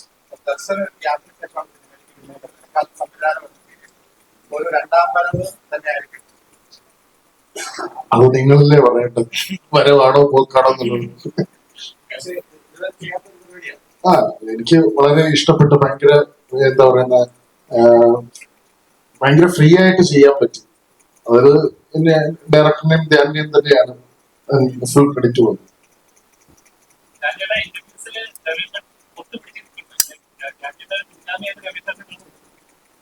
കല്ലു വെച്ചറിയാളില്ല ചേട്ടാ, നിന്റെ പിൻഗാമിയാക്കിടാ. എന്തൊരു കഷ്ടാടാ ഇവന്മാരെക്കൊണ്ട്. ഞാൻ ആ മത്സരത്തിന് ഇല്ല. സത്യം പറയട്ടെ, ഭയങ്കര അസൂയോടെ ഞാൻ ഈ മത്സരത്തിന് ഇതിത്ര ഒരു മത്സരമാണ്, ഒരു മത്സരമായിട്ടല്ല ഞാൻ വന്നത്. പറഞ്ഞ് വന്നു കഴിഞ്ഞപ്പോഴേ ഇത് മത്സരമാക്കി ചിലര്. അവൻ അതിലടിച്ചു, അതിലടിച്ചു, കൊണ്ട് പറഞ്ഞു. ഞാൻ പൊതുവെ ഒരു ഇന്റർവ്യൂ, നമുക്കൊരു ഇന്റർവ്യൂവിന്റെ പോക്ക്, ഇപ്പൊ ഒരാള് സംസാരിക്കുന്നുണ്ടെങ്കിൽ, ഇപ്പൊ സംസാരിക്കുന്ന സമയത്ത് എനിക്ക് എന്തെങ്കിലും കൗണ്ടർ അടിക്കുക, തിരിച്ചു പറയുക, അതിനപ്പുറം ആ മൊത്തം സെഷൻ ഇൻട്രസ്റ്റിംഗ് ആക്കുക എന്നുള്ളതാണ് ഞാൻ എപ്പോഴും ചിന്തിക്കാറ്. കാരണം ഞാൻ ബാക്കിയുള്ളവർക്ക് ഒരു സ്പേസ് കൊടുത്തിട്ടും ബാക്കിയുള്ളവര് സംസാരിക്കട്ടെ, അല്ലെങ്കിൽ അവര് സംസാരിക്കട്ടെ, ജീവക്ക് ചില സാധനങ്ങളിട്ട് പറയാനുള്ള ഗ്യാപ്പ്. പിന്നെ ഞാൻ ബേസിലിനോട് വർഷം ചെയ്യുന്ന സമയത്തും നമ്മൾ അവർക്കൊരു സാധനം ഇട്ട് കൊടുത്താൽ മാത്രമേ അവർ തിരിച്ച് കൗണ്ടർ അടിക്കുള്ളൂ. അപ്പൊ നമ്മൾ അങ്ങോട്ട് പറയാനും ഒരു ഗിവ് ആൻഡ് ടേക്ക് ഉണ്ടാവണം. അപ്പോൾ എല്ലാം ചിലവർ ഇപ്പൊ രമേശന്റെ കേസിൽ രമേശൻ കോൺസ്റ്റന്റ് ആയിട്ട് അടുത്തെന്ത് പറയണം എന്നുള്ള ഡീപ്പ് തിങ്കിങ് ആണ്. അപ്പൊ നമ്മൾ ശ്രദ്ധിച്ചാൽ മതി, ഇന്റർവ്യൂ ശ്രദ്ധിച്ചാൽ മതി, നമ്മളൊരു സാധനം അടിച്ചിട്ട് അവിടെ ചിരിച്ചോണ്ടിരിക്കുമ്പോഴും രമേശൻ ഒരെണ്ണം അടിച്ച് ഇതിന്റെ മോളിൽ അടിക്കണം. ശ്രദ്ധിച്ചാൽ മതി, കെയർഫുൾ ആയി ശ്രദ്ധിച്ചാൽ നിനക്ക് മനസ്സിലാവും എപ്പോഴും ബാക്കിയുള്ളവരുടെ തമാശക്ക് ചിരിക്കില്ല. ഞാന് വളരെ പണ്ട് ഞാനും ധർമ്മനൊക്കെ പരിപാടി ചെയ്യുന്ന സമയത്ത് തന്നെ ബ്ലഫ് മാസ്റ്റേഴ്സ് ഒക്കെ തന്നെ ഞങ്ങൾ അങ്ങനെ അത്ര ചിരിക്കാതെ വളരെ സീരിയസ് ആയിട്ട് ധർമ്മം പറഞ്ഞിട്ടുള്ള ആൾക്കാരാണ്. നിന്റെ അച്ഛൻ തമാശ പറയുമ്പോ അദ്ദേഹം പറയുന്ന നിമിഷം വരെ നമുക്കൊരു തമാശ വരുമെന്ന് മനസ്സിലാവില്ല, അതുപോലെ നിൽക്കുമായിരുന്നു. ഞാൻ അദ്ദേഹത്തിനെയൊക്കെ കണ്ടു വളർന്ന ഒരാളാണ്. അതുകൊണ്ട് ഞാൻ പറയട്ടെ അപ്പോ നീ പറഞ്ഞു തീരുന്നവരെ ഞാൻ മിണ്ടിയിട്ടില്ല.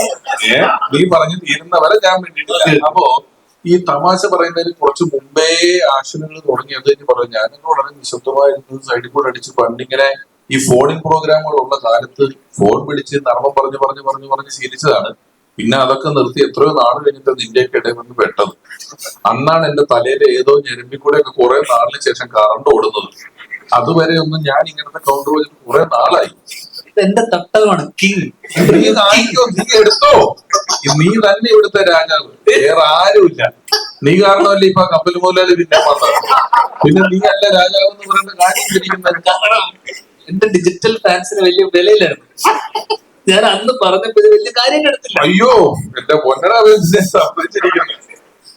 അപ്പൊ പലപ്പോഴും നമ്മൾ പറയുന്ന തമാശയും ബാക്കിയുള്ളവർ പറയുന്ന തമാശകളെ നമ്മൾ ആസ്വദിക്കുക എന്നുള്ളതാണ് ഏറ്റവും വലിയ ഇമ്പോർട്ടന്റ്. അപ്പൊ എന്താ വെച്ചാൽ ഞാൻ ബേസിലുമായിട്ട് ഇരിക്കുന്ന വർഷം കേസ് എനിക്ക് ഭയങ്കര ഇൻട്രസ്റ്റിംഗ് ഒരു സെഷൻ പോലെയാണല്ലോ. പിന്നെ നമ്മളെ ഈ പറയുന്ന നമുക്ക് പരിചയമുള്ള ഇതിലുള്ള ഒരുപാട് ആൾക്കാരുണ്ട്, ഇവരുമായിട്ടുള്ള ഇന്ററാക്ഷൻ ആണല്ലോ സിനിമ ഇതിന്റെ കൂടെ. കാരണം എത്ര പേര് സിനിമയെ കുറിച്ച് എന്ത് പറയാൻ പറ്റും? സിനിമയെ കുറിച്ച് നമുക്കൊരു 5-10 വാക്കിൽ തീരും. അല്ലെങ്കിൽ അതെല്ലാരും വന്നിപ്പോ എന്താ പറയുന്നത്, സിനിമയെ കുറിച്ച് പറയുമ്പോൾ ഇതിനെ പറ്റി കൂടുതലൊന്നും പറയാൻ പറ്റൂല, ഇതിൽ ഇത്രയും പറയാൻ പറ്റും, ഇങ്ങനെയല്ലേ പറയുള്ളൂ, ഇതൊരു ഇങ്ങനെയാണ്. അപ്പൊ ബാക്കി 5 മിനിറ്റ് കൊണ്ട് സിനിമയുടെ ചർച്ചകളൊക്കെ തീരും. ബാക്കിയുള്ളത് ഒരു ചിപ് ചാറ്റ് പോലത്തെ കോൺവെർസേഷൻ ആണ്, കാഷ്വൽ കോൺവെർസേഷൻ.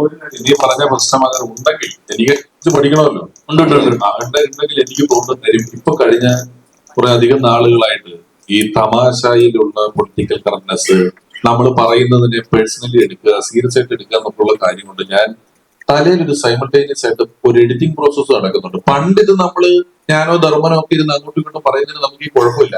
ഇപ്പം പ്രത്യേകിച്ച് ഞാൻ എന്റെ രാഷ്ട്രീയം ഒക്കെ തുറന്നു പറഞ്ഞ് നിൽക്കുന്ന സാഹചര്യത്തിൽ നമ്മൾ പറയുന്ന സാധനത്തിന്റെ ഏതെങ്കിലും ഒരു വാക്കോ അറ്റോ മൂലയുടെ ഒരു കഷ്ണം കൊണ്ടുപോയി ഹെഡിങ് ആക്കി മറ്റൊരു സാധനമാക്കി മാറ്റപ്പെടുമോ എന്നൊരു ഭയം ഉള്ളത് കൊണ്ട് പറയുന്നതിന് മുമ്പ് ചിലപ്പോൾ ഇങ്ങനെ ചിന്തിക്കുന്നുണ്ടാവും. അതായിരിക്കും.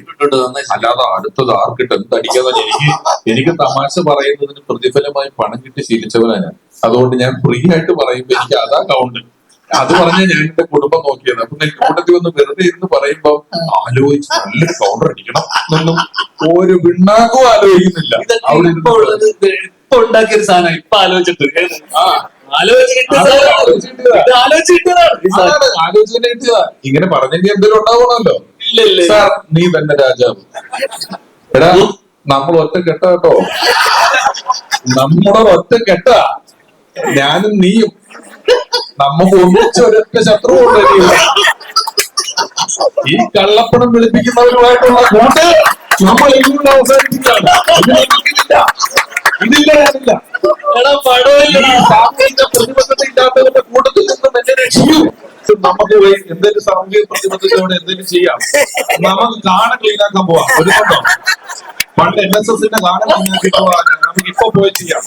റെഡിയാണ്? ആരെങ്കിലും വരുന്നുണ്ടോ കാണാൻ ക്ലീനാക്കാൻ?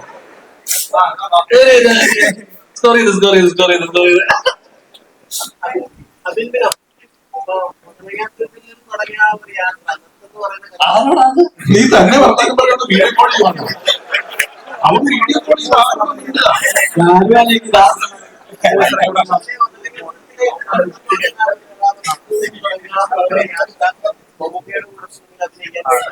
മോനെ, ഇത് നീ പറഞ്ഞാൽ മതിയോ? ഞങ്ങള് കേക്കണ്ടേ? ആരെങ്കിലും അതിന് മൈക്ക് കൊടുക്കുമ്പോ ആ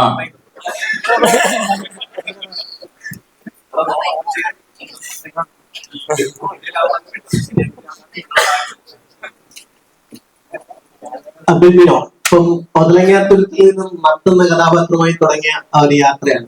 അതില് ഇപ്പം മമ്മൂക്കയുടെ കൂടെ അഭിനയിക്കാൻ കഴിഞ്ഞു, ലാലേട്ടന്റെ കൂടെ ഇപ്പൊ അഭിനയിച്ചുകൊണ്ടിരിക്കുന്നു. ഇപ്പം ആപ് കൈസയുടെ ഒരു പ്രധാനപ്പെട്ട ഒരു കഥാപാത്രമാണെന്നാണ് മനസ്സിലാക്കാൻ കഴിയുന്നത്. ആ ഒരു യാത്ര എങ്ങനെ ഉണ്ടായിരുന്നു? പിന്നെ ഈ ഒരു വൈബ് ടീമിന്റെ കൂടെ ഉള്ള ഒരു എക്സ്പീരിയൻസ്? നല്ല രസമുള്ള യാത്രയായിരുന്നു. ഒരു സഞ്ചാരിയുടെ ഡയറക്ടർ വൈബും ഇതേ വൈബ് തന്നെയായിരുന്നു. നല്ല രസം ഇവരായിട്ട് വർക്ക് ചെയ്യാനും. വിനയ് ചേട്ടനാണ് എന്നെ അപ്കൈസിലോട്ട് വിളിക്കുന്നത്. അപ്പം ഫസ്റ്റ് ധ്യാൻ ചേട്ടന്റെ സ്ക്രിപ്റ്റ് ആണ്. അപ്പം ഇതിന്റെ ക്യാരക്ടർ പറഞ്ഞപ്പോഴത്തേക്കും ചെയ്യാൻ എന്നെ കൊണ്ടാവുന്ന രീതിയിൽ ചെയ്യാൻ പറ്റുമെന്നുള്ള രീതിയിലാണ് ഞാൻ ഈ ക്യാരക്ടർ എടുത്തത്. അപ്പം അങ്ങനെ ചെയ്തിട്ടുണ്ടോ? അപ്പം ആ ഒരു യാത്ര ഒരിക്കലും പ്രതീക്ഷിച്ചില്ല. അവരോട് രണ്ടുപേരും കൂടെ അഭിനയിക്കാൻ പറ്റുമെന്ന് പ്രതീക്ഷിച്ചില്ല. അത് യാദൃശ്യമായി വന്നതാണ്. നേരത്തെയൊക്കെ നത്തെന്ന് പറഞ്ഞായിരുന്നു ആളുകളൊക്കെ അറിയപ്പെട്ടത്. ഇപ്പൊ നമ്മുടെ നാട്ടിലാണെങ്കിലും നത്തെന്നായിരുന്നു കൂടുതൽ പേര് അറിയപ്പെട്ടത്. ഇപ്പൊ അബിൻ ബിനോ എന്ന് പറഞ്ഞു കഴിഞ്ഞാൽ ആളെ അറിയുന്ന ഒരു സ്ഥിതിയിലേക്ക് വന്നിട്ടുണ്ട്. അപ്പം അങ്ങനെ അതിന്റെ ഒരു ഇല്ല. ഞാൻ സാധാരണ ഷൂട്ടിംഗ് സെറ്റിലൊക്കെ ചെല്ലുമ്പോഴത്തേക്കും അബിനെന്ന് വിളിച്ചു കഴിഞ്ഞാൽ ഞാനങ്ങനെ തിരിഞ്ഞു നോക്കാത്ത. അപ്പെന്ന് വിളിച്ചാലേ ഞാൻ തിരിച്ചു നോക്കത്തുള്ളൂ. ഞാൻ തന്നെ ആ പേര് മറന്നിരിക്കുകയാണ്. അപ്പൊ അങ്ങനെ തിരിച്ചു വന്നതായിട്ട് എനിക്ക് തോന്നുന്നില്ല. ഏത് പേര് വിളിച്ചാൽ ഈത്ത പേര് ഇല്ലാതിരുന്നാണ്.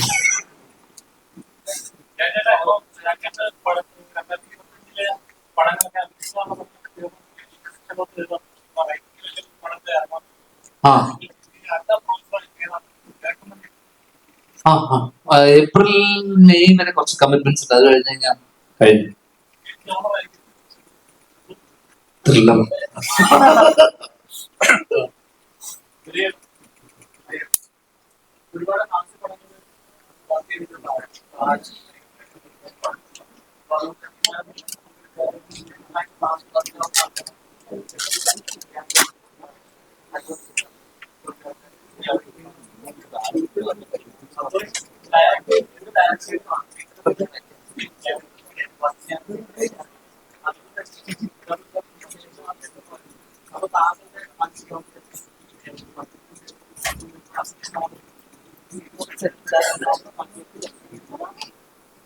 പതിനാല് വർഷമായിട്ട് അസിസ്റ്റന്റ് ക്ലീറ്റസ് തുടങ്ങി ഞാൻ അസിസ്റ്റന്റ് ആയിട്ട് നിൽക്കുന്നതാണ്. അപ്പൊ അടിയന്തര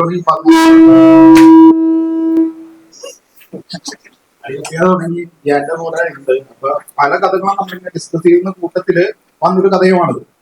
അപ്പൊ അതിനു മുമ്പ് നമ്മൾ പാതിരക്കുർബാന പറഞ്ഞ് അനൗൺസ് ചെയ്തിട്ട് ഷൂട്ടിങ്ങിനേക്കാളും 3 ആഴ്ച മുമ്പ് കോവിഡിന്റെ സെക്കൻഡ് ലോക്ക്ഡൌണിലൊക്കെ നമ്മൾ ലൊക്കേഷൻ ഫിക്സ് ചെയ്ത് അത് നിന്നുപോയി. അപ്പോഴാണ് ഇങ്ങനെ പടം ചെയ്യാം എത്രയും പെട്ടെന്ന് പന്ത്രണ്ട് വരുന്നത്. ഇനി ഇത്രയും ആർട്ടിസ്റ്റുകളുണ്ട്, അച്ഛനും ധ്യാനമായിട്ട് നമ്മൾ ത്രൂ ഔട്ട് എപ്പോഴും കമ്മ്യൂണിക്കേഷൻ ഉള്ള ആൾക്കാർ. രമേശ് ചേട്ടനായിട്ട് ഞാൻ ആദ്യമായിട്ട് ചെയ്യണം. പക്ഷേ നമ്മളൊരു സീൻ ഡെവലപ്പ് ചെയ്തിട്ട് രമേശ് ചേട്ടൻ്റെ ഡയലോഗ്സ് ഈ കൗണ്ടേഴ്സ് വന്ന സമയത്ത് ഇതൊരു രമേശ് ചേട്ടൻ ചെയ്യാത്ത ടൈപ്പ് ഒരു ക്യാരക്ടർ ആയതുകൊണ്ട് തന്നെ പുള്ളി അതിന് അത്രയ്ക്കും ഇൻപുട്സ് നമുക്ക് തരുന്നുണ്ടായിരുന്നു. ഡയലോഗ്സ് നമുക്ക് ഇങ്ങനെ ചെയ്ത് നോക്കാം. പിന്നെ അയച്ചേട്ടനും രമേശ് ചേട്ടനും കൂടി ഇംപ്രൂവൈസ് ചെയ്തിട്ട് അതിനെ ഏറ്റവും മാക്സിമം നന്നാക്കാനായിട്ടുള്ള എല്ലാ പരിപാടികളും നമുക്ക് നടത്തും. ഭയങ്കര സപ്പോർട്ടായിരുന്നു. മൊത്തം ആർട്ടിസ്റ്റിന്റെ ഭാഗത്ത് നിന്ന് ഭയങ്കര സപ്പോർട്ടായിരുന്നു.